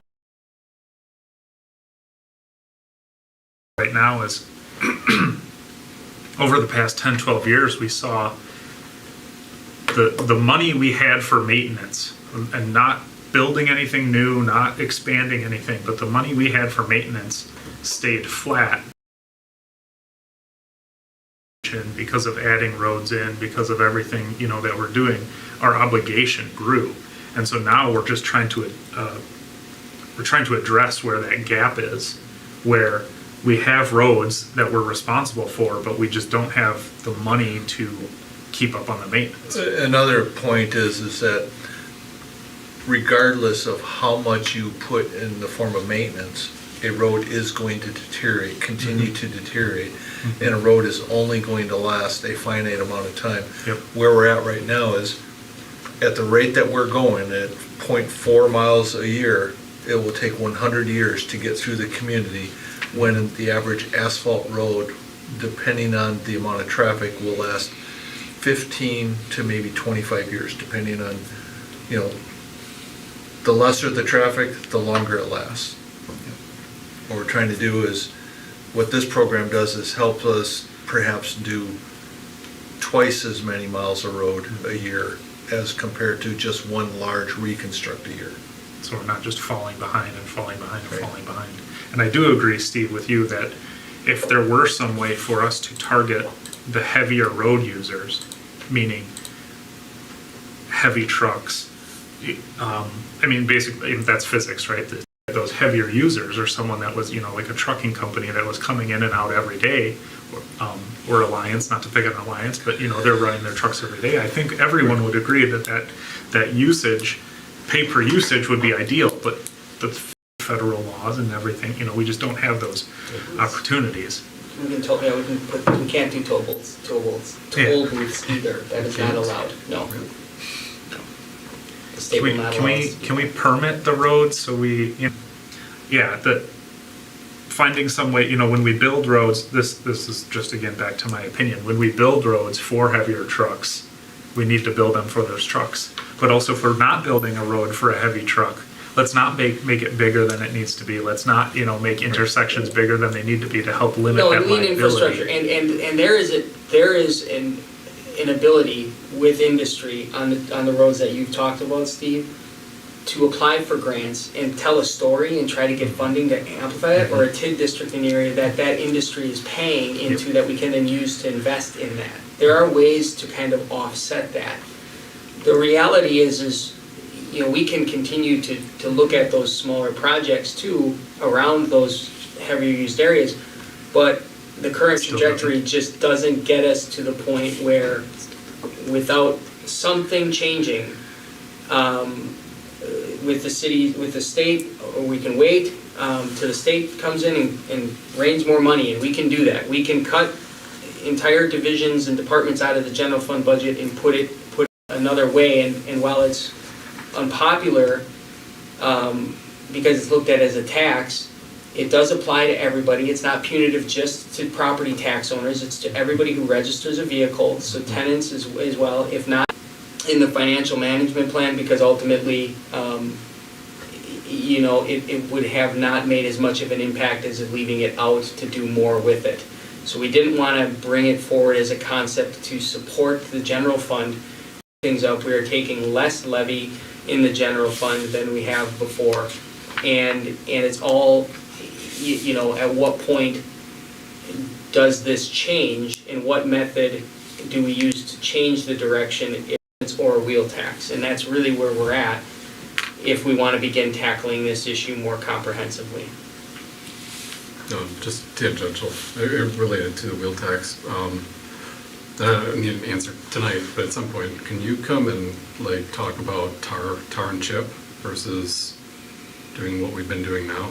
Because when I was looking at tar and chip for roads, it looked like it was a quarter of the price, and the longevity of it was half. Right. But a quarter of the price, and you're getting half. Right. The math still works out in your favor at the end. Then A chip seal is typically done when the surface of the road no longer gives you the friction that you need in order to provide safe stopping distance. You do get some nominal thickness, things like that, but on many of these roads, one, I don't think you're going to get that much longevity out of it. My research on it doesn't suggest that it's worth the investment, that you don't get that longevity. The bigger thing is the complaints you get from the residents about all the loose stones that they have to contend with in their neighborhoods until it becomes solidified. Yeah, so, and then it also then fills up our storm sewers, because they'll end up working their way into the curb and gutter, and then ultimately down into it. Even though we'll street sweep, it's just we wouldn't be able to street sweep until everything is solidified, and by then a lot of stuff has worked its way down. A chip seal works, I think, in areas where the roads are in still really good condition, and it becomes part of adding additional layers on additional layers, not on additional layers where you don't have to be worried about the height. Portage County, Washera County, they're good for that as far as their highways and their rural roads. I don't know that it's an answer for in an urban environment. How the curb and gutter would make a difference on that. Right, because eventually you're gonna add the height difference and work into the curb and gutter on that. And you guys live over on, like Eureka? No, West Fond du Lac Street here. No, but at one point, I thought we used to do tar and chip here. Oh. Like, I thought, They did, that's my They did. understanding. I remember that. Yeah, I don't know that anybody talks that it was viewed as getting longevity out of a road. So we were doing some of that before I got here, and we went all to crack filling, because the crack filling was looked at as a better maintenance effort on the roads and the condition they were in, because it doesn't necessarily make sense to chip seal or something like that, something that has that many cracks in it, because eventually it'll just show right through, and the road will continue to deteriorate. So if you have problems with the base and the cracking, you gotta stop, you gotta get at that first. I've done, slurry seals and seals in my career where you've done it over a road and you've added to it and added an inch, right? And it's supposed to come back down in, and within 2 years, it's right cracked through again. We'd be looking at pulverizing, looking at the base, milling, and overlaying a street to try to remove those cracks, because just doing a mill and overlay, even Right. just removing the first 2 inches isn't going to be enough to stop it from cracking again in 2 years. And the state is notorious with doing this. They've gone to the method of get most bang for your buck, do as many miles as you can. So you see them doing mill and overlays from long stretches from town to town. And in 2 or 3 years after they do it, every crack that was there prior to the project is back, because they haven't addressed some of the base issues. So there's multiple methods, but we have taken the approach, we weren't crack filling enough, so we've nearly doubled or tripled the amount of crack filling we're doing, and that's our first line of defense, and then reconstructs our next, so. I'd just like to point out over on Tabbert, my brother lives over there, and there's gaps that are big enough that immediately the first ice would get under and through that chip seal, and it would just peel it right back up, and you'd have no gain from attempting that. It really is the foundation of that road.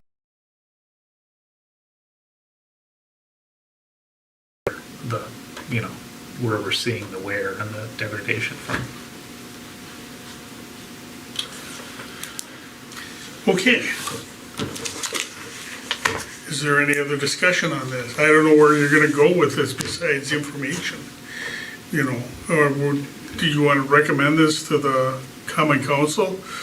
Or do you want to send out information to the public? I mean, it's been posted in the paper, we can post other information on it. Ultimately,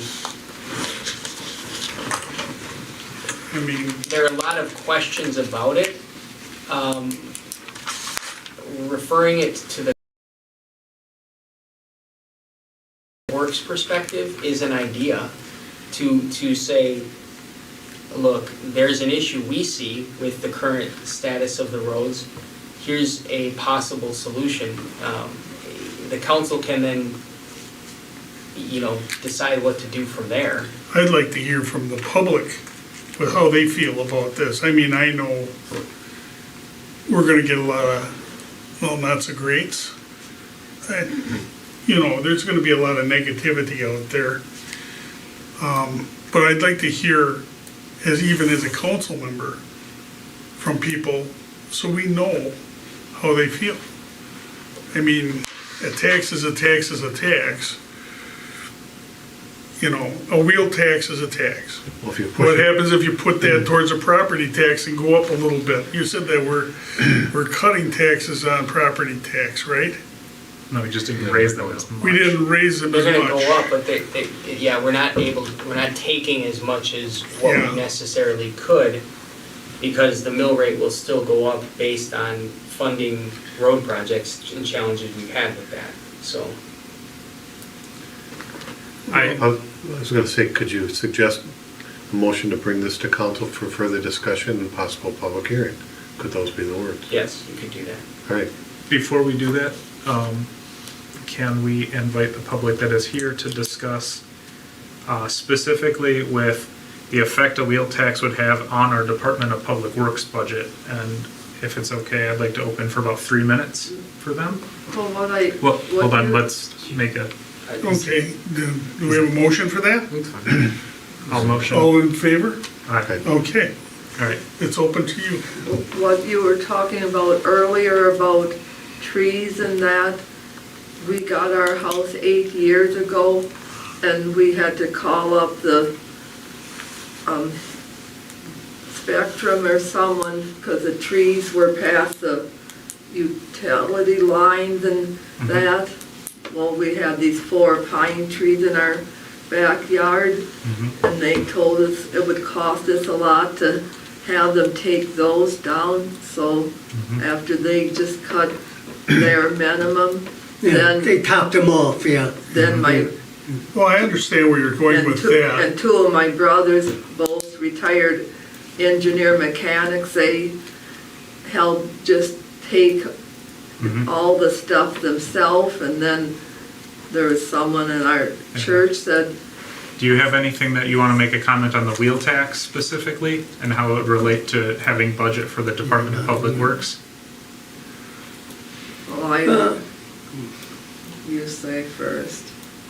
Well, I suppose it's, like you say, this will help with the road construction, the road, upkeep and the maintenance and stuff. Yeah, I suppose it can go along with that, the wheel tax. Somebody say, then okay, someone was talking about statewide, wheel tax. Yeah, I figured go and put what out, what are you gonna put out and what comment and what, form and, okay, if you want it, then well, it all depends. You have to figure what this and this, what tax on what, like you said, the cars and the trucks and then whatever. Well, how much we're gonna tax each, usage, to put that money towards The way our taxes road have construction been lately, projects. it almost seems like now sometimes they want to have a tax on our food shopping.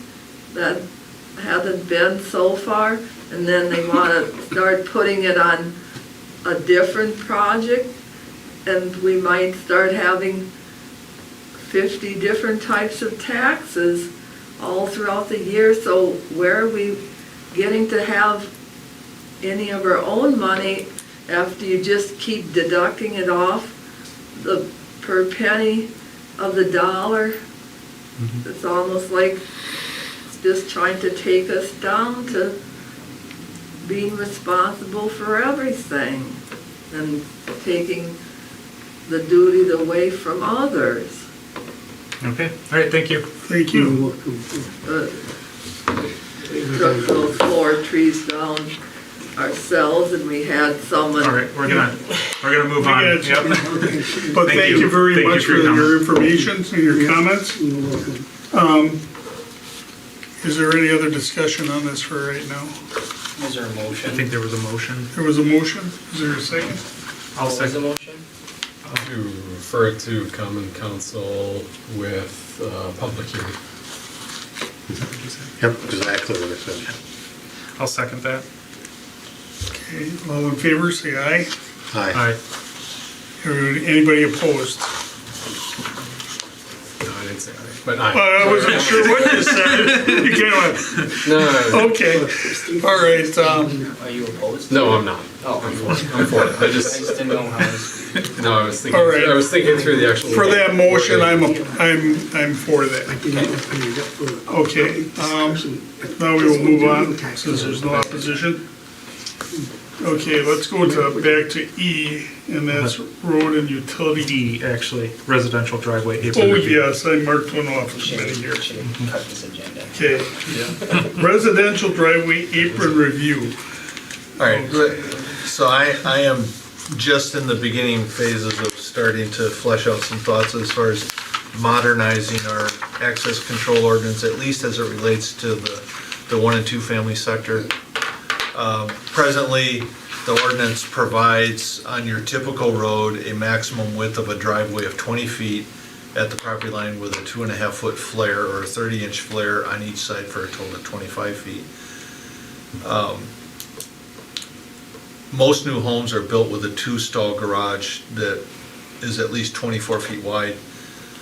So the driveway is not allowed, at the property line, is not allowed to be as wide as the garage. And if you get into some of your higher-end neighborhoods where they build a three-stall attached garage, often what you'll hear with narrower roads is that a narrow driveway makes it difficult to back a trailer into that third stall. So in prior communities, those communities saw fit to allow wider driveway aprons for the three-stall garages. Arguably, you have to draw the limit someplace because we have a driveway up on, or we have a house up on Combe Street that actually has a four-stall attached garage. I don't know that we want to allow that, but at some point in time, what you will hear from residents in at least the two-stall is that the 20-foot wide driveway doesn't provide ready access to a two-stall wide garage. And then you do have those with the three-stall, if they've got the boat or whatever that they want to back in, it gets hard to back that in when you have a 25-foot setback. You're oftentimes the front wheels of the drive vehicle are tearing up the sod layer of the lawn trying to get it in there. So that's just one aspect. You know, I'm just wondering if there's been any observations on the part of the committee here on other areas where access control might be improved upon. Well, what is your recommendation? Do we make it wider for a three-car garage? That would be my recommendation. Okay. I don't remember, who covers the cost? Like if they want to add an apron, they want to add, is that the homeowner? The apron is the homeowner's So if responsibility. they want to extend that, Yep, that's yep. all on them. Right. Ultimately, what the arguments in some communities are is then you're taking away perhaps street parking. My view on that is that's a neighborhood issue, and you know, does it really impact a neighborhood that greatly if you're allowing wider driveway aprons? I've heard other communities say, well, you know, don't they get complaints about all the snow deposited into the apron because it's wider, and it's, I look at it as like, well, that was their choice. They should go into it knowing that I the get wider plenty the of snow. apron I've is, got the a narrow more. apron and I get plenty of snow, so I'll Yeah. just complain about that either way. Yeah. But I saw those Alaska units where they lock it passing the apron and then they unlift that tail and then it doesn't doesn't push the snow into the apron. On the end of the wing or something, or? Yeah, a wing drops down and stops it from throwing it to the side until it's past the apron and then it, Oh, it has a block on it or something. and then it lifts up and then Yeah. you're gonna still get pulverized past your driveway apron, but at least it's not right on the apron. I can't say I've ever seen that. I'll get you the link. Video. Okay, thank Yeah. you. Yeah, used to I just plow wonder how snow, much, understand. I just wonder how much then space you need in order to deposit Yeah, what to- you've to collected for. re-evacuate, That's yeah. gonna depend on the snow. And then it'll end up on your sidewalk and boy, you'll hear about that when you got a Right. 20-foot pile there. I, So you're recommending that we would consider a wider driveway apron for a three-car garage Yep, only? only. It's still limited, I'm assuming there's some setback to the neighbor's property line, right? The driveway needs to be, I don't know. Well, the house itself, I believe, whatever our side yard setback is, I think it's 6 6 or feet, 7 feet, yeah. 6 or 7 feet. So you could extend to 3 as long as you're not encroaching on that. Yeah, His yeah, driveway can be within, I think, 3 feet. Yep. I would so move that recommendation. okay. I'll work on that, but there's some other aspects, you know, we've got a couple of requests as of late for horseshoe driveways, or having, right now, I think we only allow one driveway per frontage, and we've had some situations where people have asked for 2 openings because of high volume of traffic or things like that, What so, about the people that have the horseshoe driveways right now? well, then They we just- try to make them legal. Okay. Just saying, I've seen them. So, I just say, are there other, I've only been here a year and a half, so I'm just, if there's other observations that you have that you want to bring to my attention. So this would be basically for newer neighborhoods, obviously. Well, it could be, you know, Because you'd be in an old neighborhood and you're gonna be cutting back curbs and Yeah, you'll everything be else. limited by your setbacks in Yeah, you're- many the- properties. the size of the property is gonna be a limiting factor also. But, Yeah, I mean, I would love to make a bigger, wider driveway, but I would be in my living room or my neighbor's living room. right, it's, and I think the other, you know, from a zoning ordinance standpoint, that, you know, that's not what I'm here to talk about, but zoning ordinance standpoint, often, in larger communities, you'll see, ordinances that require the driveway just go directly from the road to the area where you, the designated parking area, which is the garage, or if it's open parking, whatever the designated open parking area is, so that, to avoid people paving their front yard for Sure. supplementary parking. Well, we do have something, I think, as a city ordinance that says you have to have like X amount of green space. You be can't paved, park in the right? front yard without a Yeah, conditional you can use do that permit, too. I think. Or something like Is that what that is? Simply so. Okay. I have just a thought that popped into my head. Is there really any effect on storm drainage and curb as those aprons open up or anything? Just, you know, I know it depends on I'm sure there is, topology and who I'm sure knows, there is. but I wouldn't know what that dynamic Probably. is, but in your typical Probably block of a much. neighborhood, you're gonna have one or two storm inlets, so. That's where you plant that oak tree right in the right of way to block that extra rush of water. that's going Just- And then the city takes it out 20 years. So when your neighbor's car is pushed down the road by a flood, it hits the tree and not your house. You know, that too. So should we have a recommendation to go to the common council with the approval of this? Well, what I would do is, when I draft up something, then I'll bring In it the back future? here, All right. for your review and All right. recommendation. Yeah. Yeah, and, yeah, then you'll talk to Lud about that to make sure we're not. Yeah. Any other discussion on that? Okay, let's move on. Road utility reconstruction lateral, that's for Hamburg, Henny, and Houston. thought this was Adam and I being talked covered. about this last week, with those projects coming up, being that they are gonna be a complete reconstruct of all buried utilities and the road. One of the things that a community wants to avoid is digging up a new road because of aged infrastructure that is not owned by the city. And that would be, in this case, the sanitary sewer lateral is the property owner's responsibility up to and including the connection to the sanitary sewer main.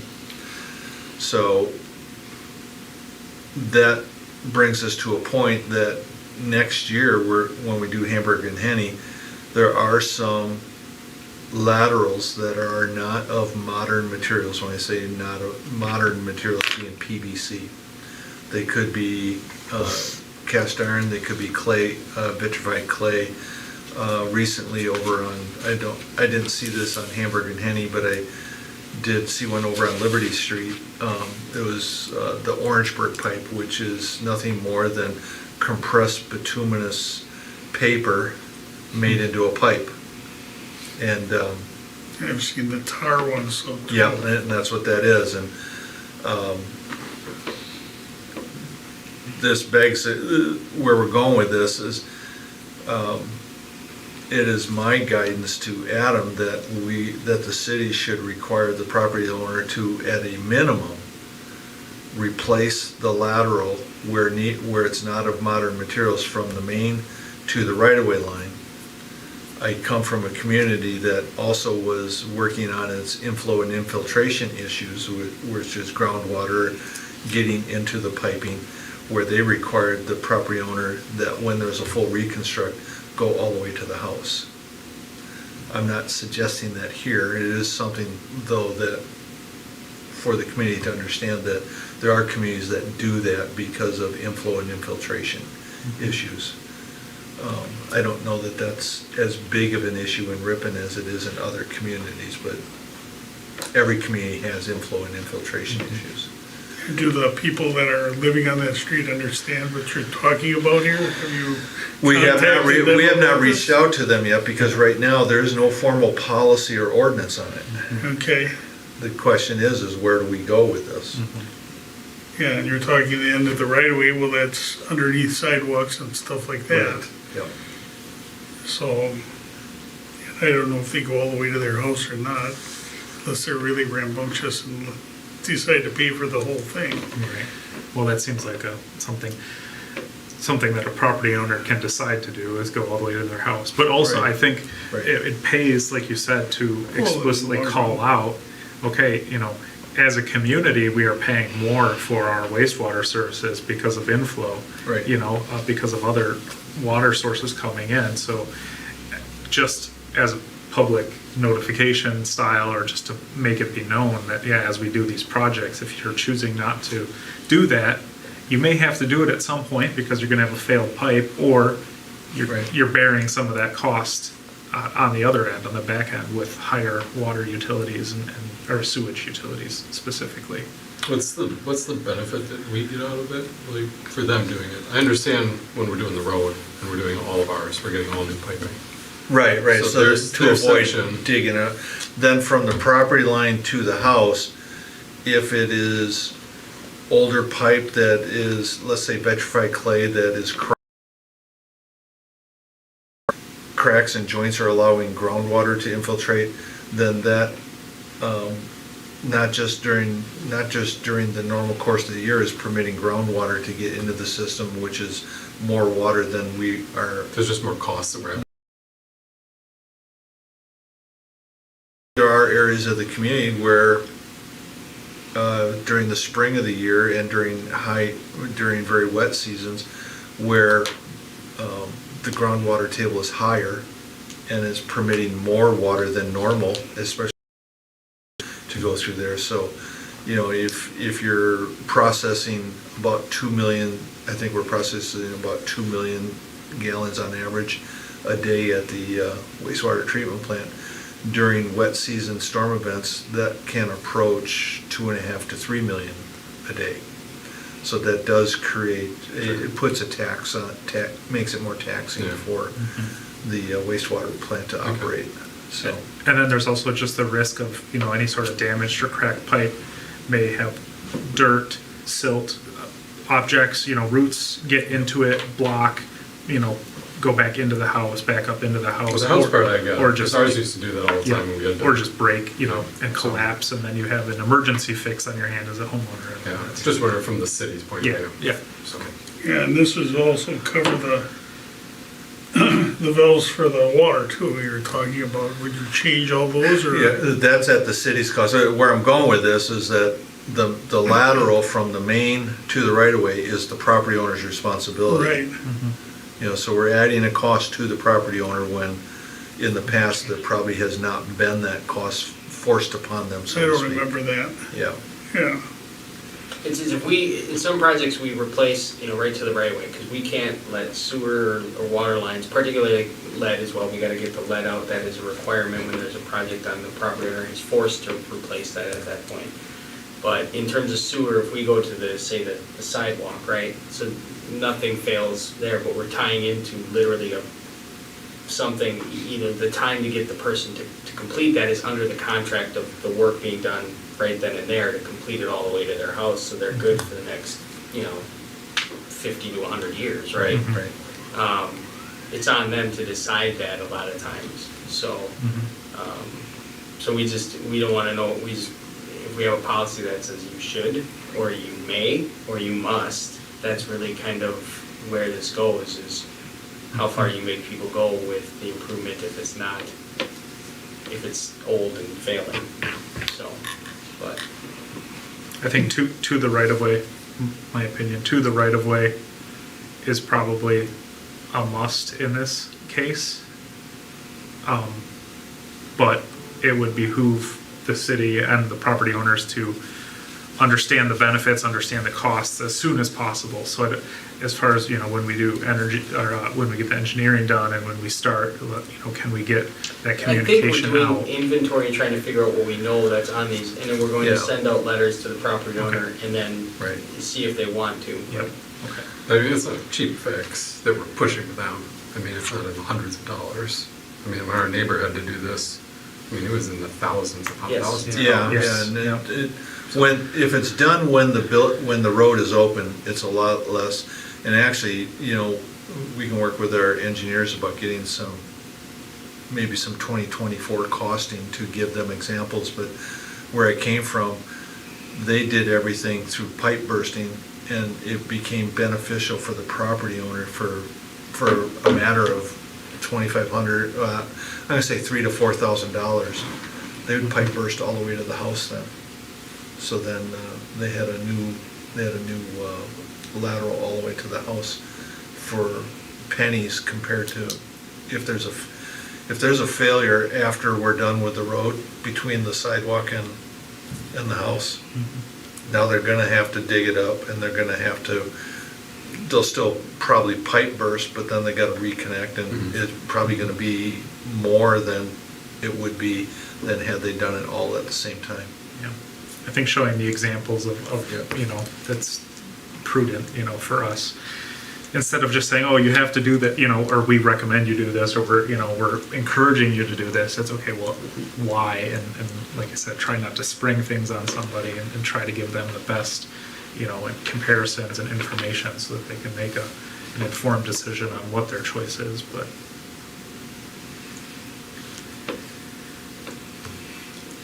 Okay, any more discussion on this?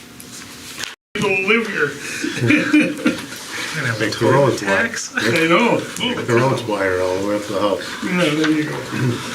All right, we're gonna move on to crosswalks and safety discussion, Yep.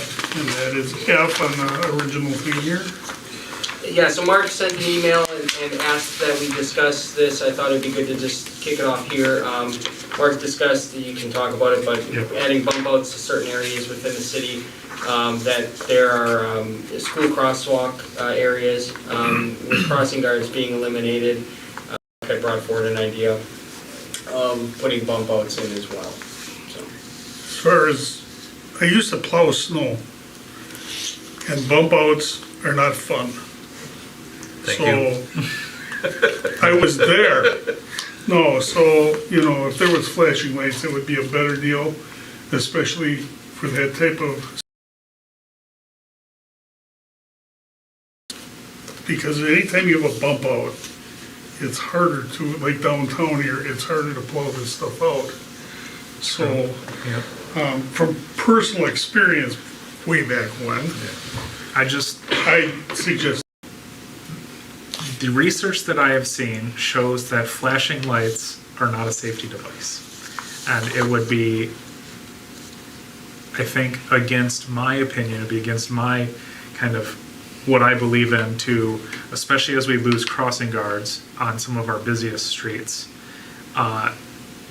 It kind of to support an idea that, oh, well, we have these, let's take Matoman, right? There's, I think, 3 main crossings there, and we're gonna put some flashing lights in, and that's gonna make it safe for any pedestrian. Thing. So I would be strongly in favor of at least trying at some crossings. Maybe let's identify with the police, the school district, city, and see if there's some that are maybe higher risk or that we've seen some problems at, and try it. Because a question that I would have for Alan is, if you use those plastic bollards, can you just tar them onto the ground? And then if they do get hit by a snow, well, you probably will hit them with a snowplow at some point, right? But what is the cost of, like I said, at least trying this on a couple smaller things versus, okay, we're gonna put 3 flashing lights up, and we're gonna do utility digs, and we're gonna do poles and all that. I'm just curious, like I said, I don't know how they actually adhere. I assume that they're somehow fastened into the like a tap asphalt. con.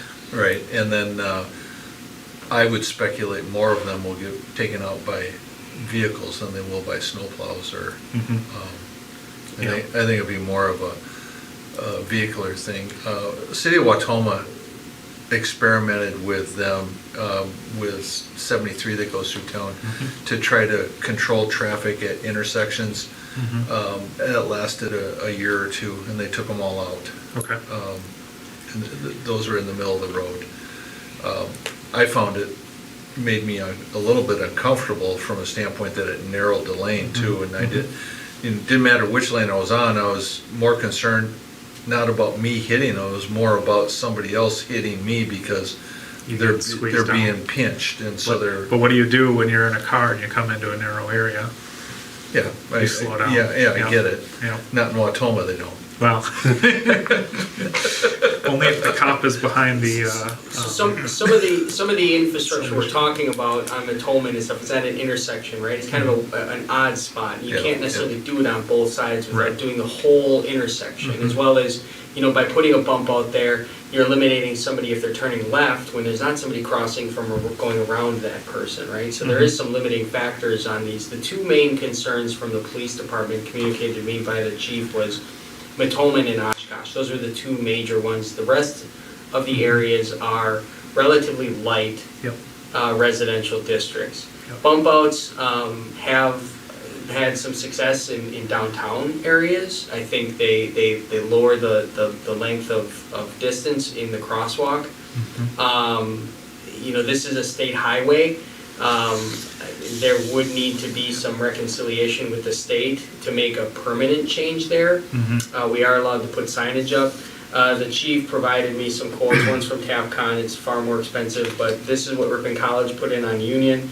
It's $3,500 plus the post and the sign, so you're talking about probably $4,000 an area to put up a solar powered push button. And, while I understand that it may not be the best, it has what has been used across the community for these types of areas.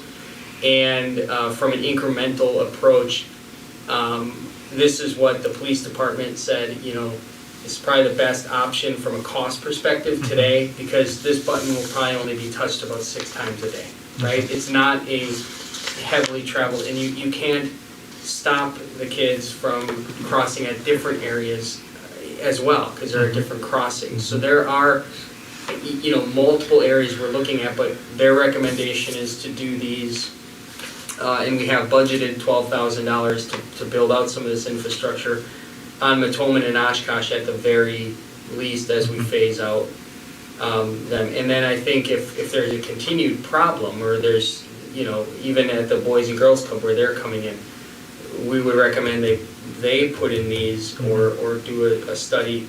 But again, it's next to a state highway, and we're talking about a pretty hefty infrastructure project to put in new bump outs, redesign entire intersections. So these are things we talk about, and taking the approach of this first, I think, is probably what the police department envisioned, and then if it grows to be a bigger concern, we can step into it more and look at how we redesign things and put in bump outs.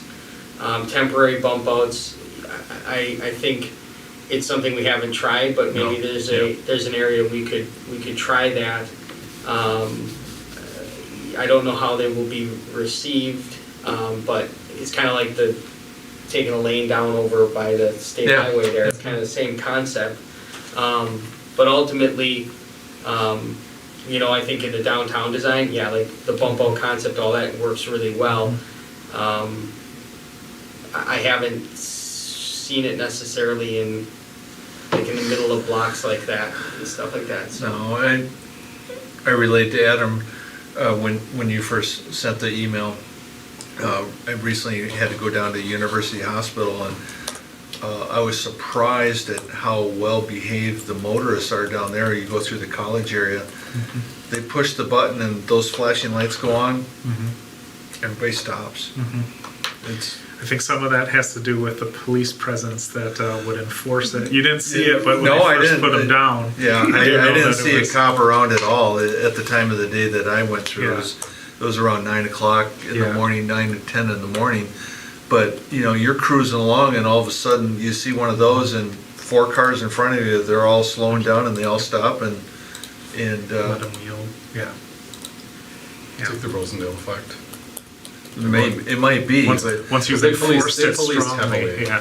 When they Yeah. first put them in. In all that, we had a reason to be going through there quite often last year. And I can honestly say I never saw a cop in that whole stretch. Yeah. Now, maybe they're off hiding up on the hill or whatever, watching for it, but with the amount of traffic that are in there, I would think that they would want to be as close to that road as possible so they could immediately take off after someone that was violating, but.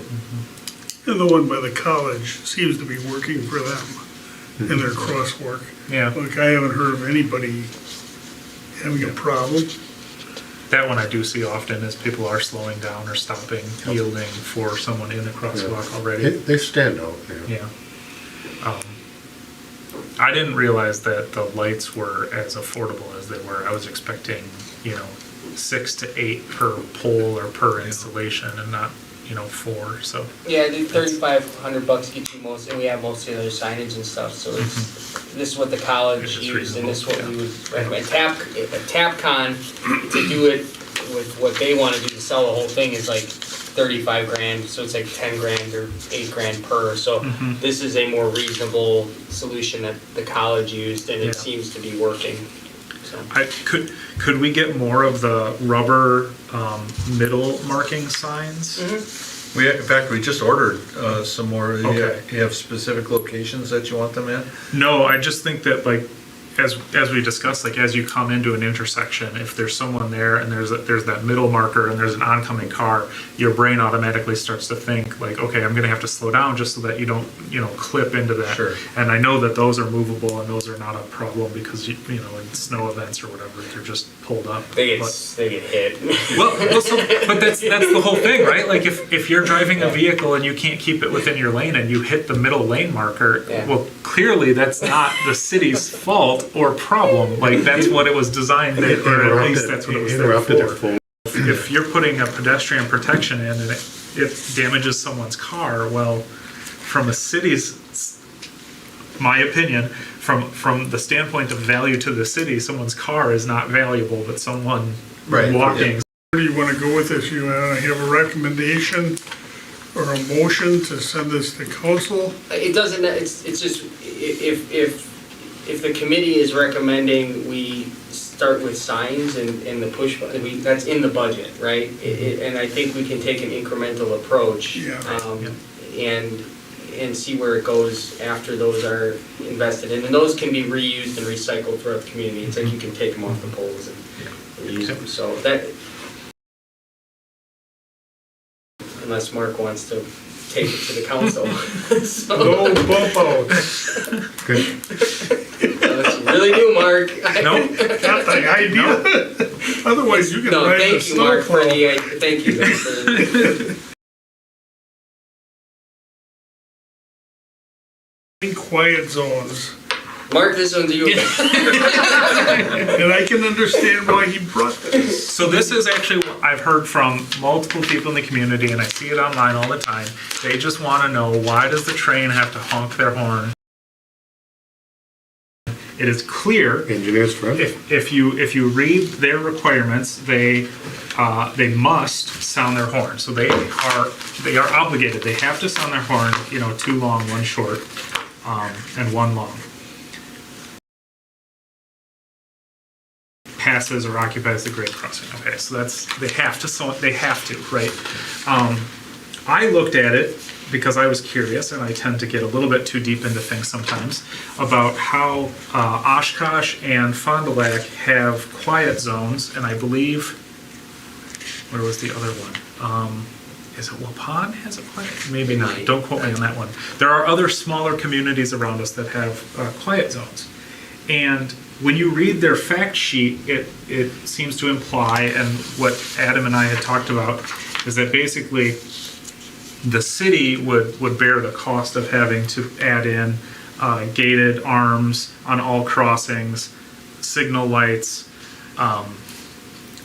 basically that you'd have to rebuild it with the gated arms and signal lights, which is what, $250,000 per crossing, or Yes. $300,000 per crossing? Times I think we counted 12, There's or 11 maybe 10 that there's crossings that would need. need. Okay, so you'd have 11 times, which is a huge, like that's a huge cost for the city to bear, just because we have residents that don't like the train horns, especially at night. Okay, but in reading what the actual law is you don't need that amount of investment. You can do a study that says that your crossing doesn't meet the risk factors to have to do that. Now, I'm not suggesting, and I'm not moving, and I'm not saying that we want to go and proceed on this study, but I am just putting it out there as a point of fact that it would be possible if we wanted to spend some amount of money to investigate this further, but I would believe we would require, or we would want to see some more public outreach or comment, or some sort of I am putting an idea out there and asking for people to either support it or shoot it down or rally the troops or whatever it is, and then we can, as a city, figure out how to react to that. But, like, I see the, I don't know if anybody else has. I've got Well, in my neighborhood, you can hear, well, the train changed their horn. They used to have a horn that wasn't quite so bad, but they changed their horns to louder. Most of those go through the city in our residential area anyway.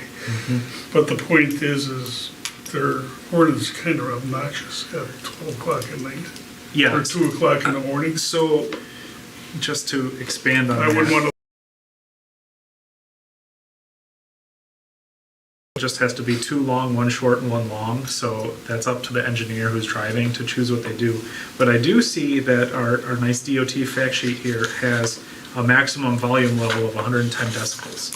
And I am wondering if there is next to one of the crossings and measure it and see if it is indeed louder than what is, I don't want to say permitted, because I don't know if it's permitted or not, but if it's within reason for them, us as the city, to maybe contact, hey, this is a little bit unnecessary. Yeah, So- one will stand out there at 2 o'clock in the morning. Not me. with your phone. They make nice little meters. You can stick them Well, on you a can use post your and phone. it'll record it. Well, I don't think a phone would be traceable. Can trace those. So we reached out to the Federal Rail Administration and got a hold of some people and have a response in an email and, Yep. and have information on the process to explore this. The only way that this gets reviewed is if we hire in an expert to come in and help us, because there is no chance that, based on the feedback we've received by the FRA, that we have the capabilities to understand what is all required to implement this. And at the end of it, there's likely cooperation needed from Watco DOT and our own taxpayers to fund millions of dollars worth of rail infrastructure to prevent them from blowing the horn. In my mind, I wanted to bring it here to have the discussion, and I didn't know where really to take it. But my review of it is, this is likely a large hill to climb with a large cost that does not merit much more consideration unless there is a significant outcry by the public or the council that this is the issue we want to solve. And the reality is even with some of the improvements, there are going to be continued challenges as this rail runs right through Alliance Laundry, and there are other things there. We've had a good working relationship with the rail recently to make improvements to the crossing. I will say that it was pulling teeth to get them to spend a couple tens of thousands of dollars to remove rail. Pretty that sure our costs were more than theirs. Our costs were more than theirs Yep. in those projects on Oshkosh Street. I don't think that we necessarily have a partner in Watco, as they have not responded to my inquiry about this. And the FRA is certainly there to help with us, but they said this is a giant hill, and we would recommend you hire a consultant.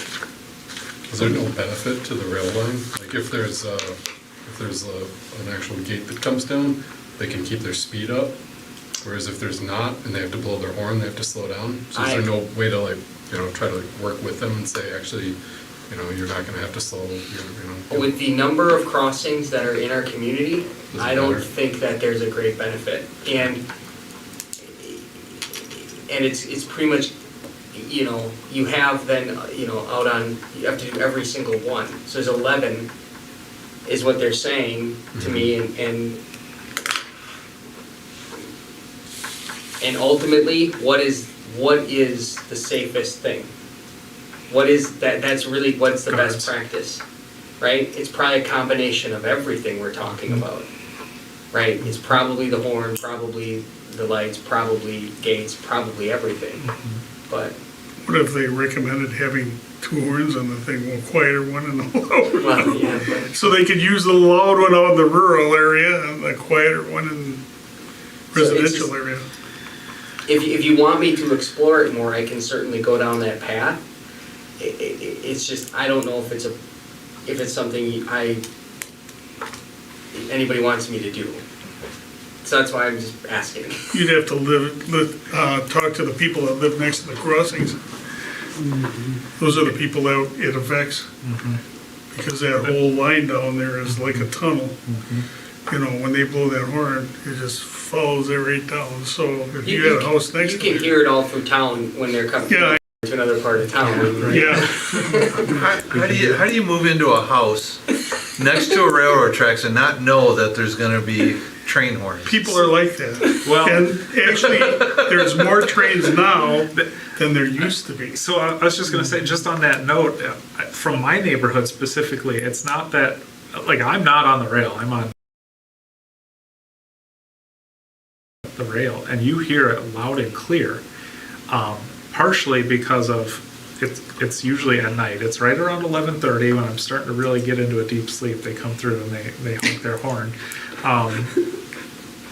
So I'm sure that's for other people too. But and there's more. Like that's the other thing is the frequency has increased probably by 2 or so, 2 times what it used to be. So I think I'm going to speak in broader terms and maybe for some people online. I think the problem is that they're getting annoyed that it's changed or that there's been an increase and change in frequency and how long the horn is being blown, which is another reason why I looked at like what are they required to do. So that's really what, and then they came through. It's We're over 110 decibels right now. yeah. So that I think that's where the public perception is coming from. Here's your app. You just get this app. Is calm and just let it run the noise. You can get like pitter patter on the skylight. And it's really So yeah, unless there was a petition or something, I don't think there'd be any. Trains It's are a testament to all the rail activity generated by the Southwest Industrial Park in Oshkosh. Yeah. It's- Well, actually, it's good to have train here, and it's good to have sidings. I mean, a city without that right now is Yeah. a bedroom community. Yeah. So it's important that we keep that, but the point is I can understand why people would get upset with the loudness. Yeah. I would also ask or maybe posit that as we do any road improvements at crossings, if there's things that we can try to do and work with. So just moving forward, I mean, that's gonna be Yeah, a long period the- of time, but like, About the best thing in talking to the rail about getting them to fix the crossings, about the best resource we've gotten in the past couple of years is a grant from the state that they give you, I think, $50,000 to remove the crossing. So to essentially remove the public right of way across it and then put up, blockades so there's no crossing.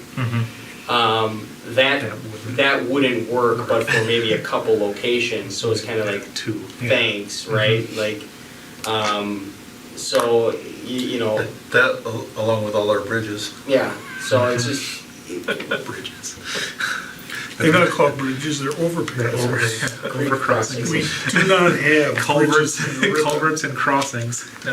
Okay. all right, sounds good. All right, now, last but not least, we have a street use permit ordinance. I just wanted to bring this here because it's relative to Public Works a little bit. I drafted this. This does not include, because there are ordinances for closing streets for like excavation, for construction, and those all can be issued rather easily through Allen, and there's bonding requirements, so on and so forth. This is more for closing a street when there is a community event or a block party that isn't, otherwise regulated by, like, say, alcohol closure of a street or something like that. These requests are not parade permits either. We issue those internally, and those are done by staff. So this is truly your community event and block party, which, as of today, I have somehow been given the authority to just close a street, okay, for a community event, which tends to be fine until, you start really looking at it, and we provide information to the police, fire, DPW, so we have barricades, we have all that stuff set up. A lot of this happens in the downtown, and then it becomes, oh my gosh, you're closing down the entire downtown, and the only person you have to get permission from is essentially the city administrator, which I frankly don't want to do anymore, right? Because you're impacting roads and traffic of business owners, et cetera, et cetera. So there's kind of two philosophies out there with this type of permit. And get permission, and then you have your certain requirements, or you get a petition and you have everybody sign it within a realm of it, and 75% of the directly abutting people, and then staff can approve it. I took the path of letting the council make the decision on the closure because it has sometimes a pretty broad impact among the community. This is the draft ordinance that I would submit, and just take it, if you like it, we can take it to the council. If not, I can go back and redraft it, but just wanted to have somebody review it before I just surprise the council with it. Kind of shocked that this wasn't already in the Everything ordinances. but this is in there. I was too, because if you want to close downtown, just ask me. The only discussion I have is, each application for street use permit shall be accompanied by a fee. So I get that we want to have the flexibility to be able to change that, but I also really think if you're gonna put something into an ordinance, you maybe want to have at least an initial, but also, You can make a recommendation to the council. I wouldn't put it in there in language, because you have to change the actual ordinance to change the fee, and we end up getting stuck where we have old things hanging out there that don't make any sense.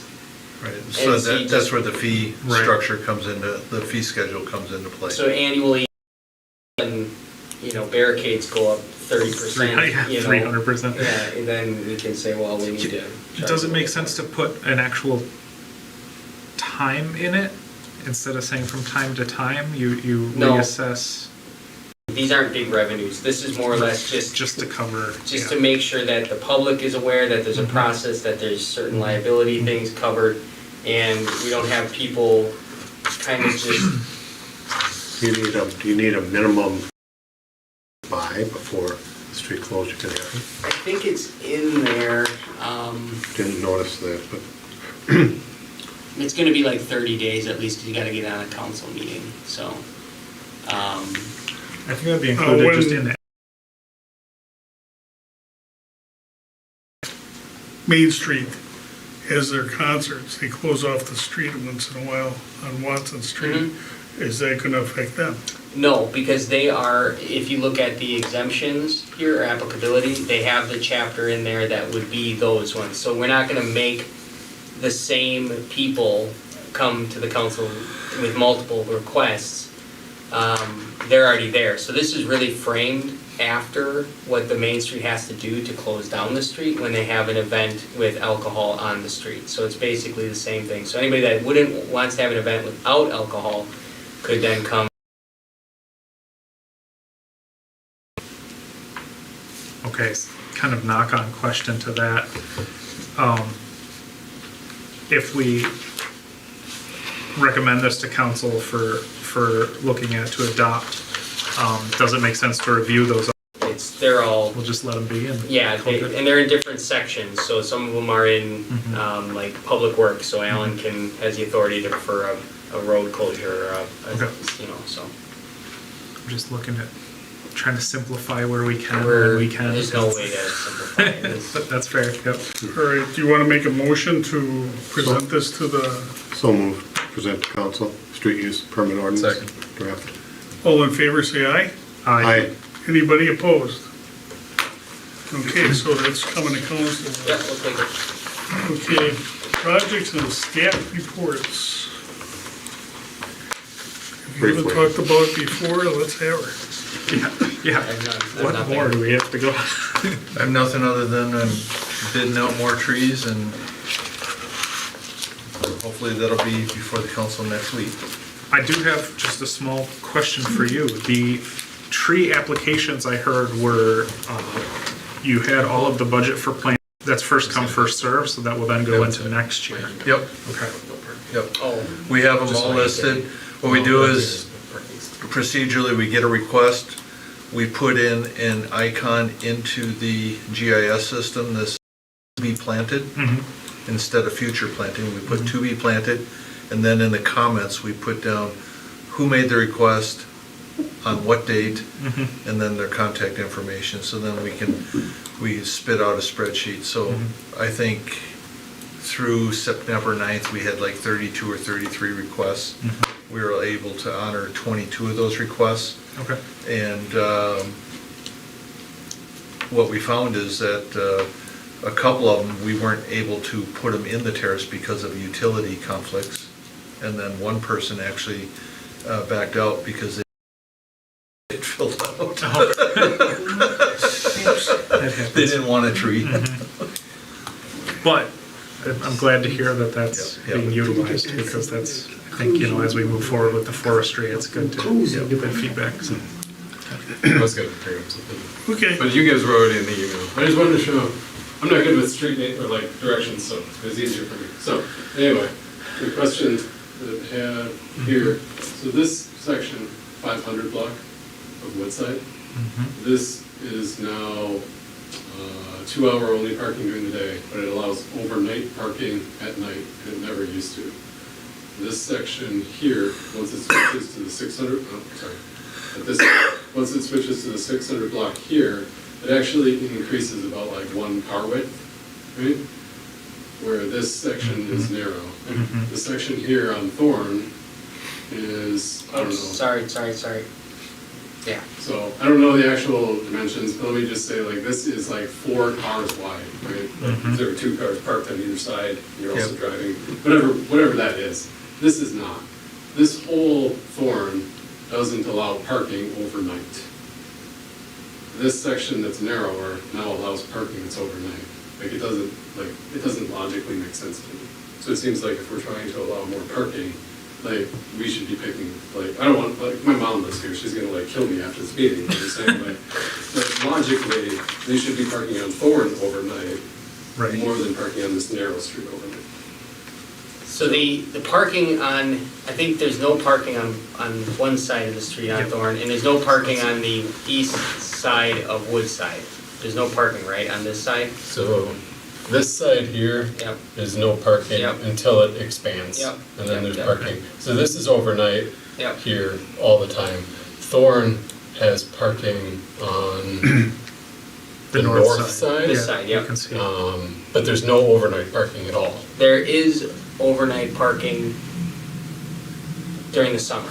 During the summer, just not during Yep. the school year. Yep, during the school year, and that is being expanded by request of the college Right. from August 1st instead of September 1st. So August 1st through basically May or Yeah. April 1st. So August 1st to April 1st. Yep, no overnight. No. No overnight. Yep, so. So why do they not want overnight? On here? Yeah, Because they because they're have. just pushing everybody on our road, is what I'm saying. Well, no, they push them on the ransom too. Yeah, and They ransom, ransom no, I get it. everywhere, right? There is no overnight parking on the street for winter, so this comes down to, you know, what months is this an issue or what time frame? And I think this has been an issue on a lot of these streets, and that's why there's no 2-hour parking. There's no overnight at times.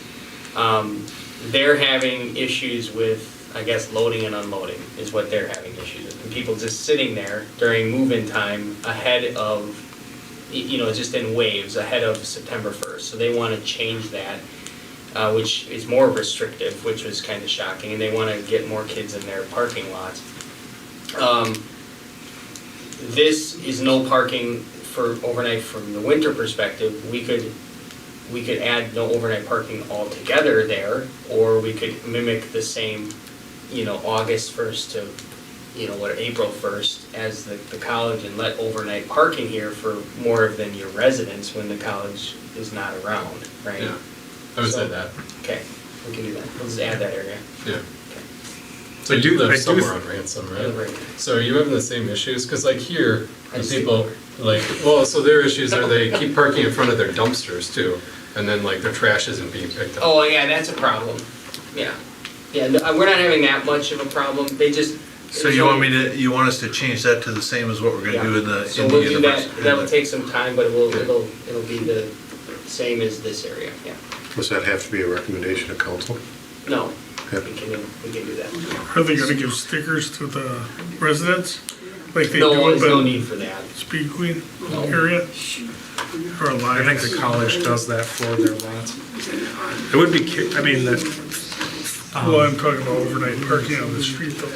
oh, yeah. I think we wanna- We allowed like they allow two like call-ins, the PD does, but then when you're third, so. That road does narrow significantly there, so it is worth It's But different. the consideration. yellow just to- paint is really nice that you guys have that. Like Oh, that is thanks. appreciated. Like I'll it's let 'em know.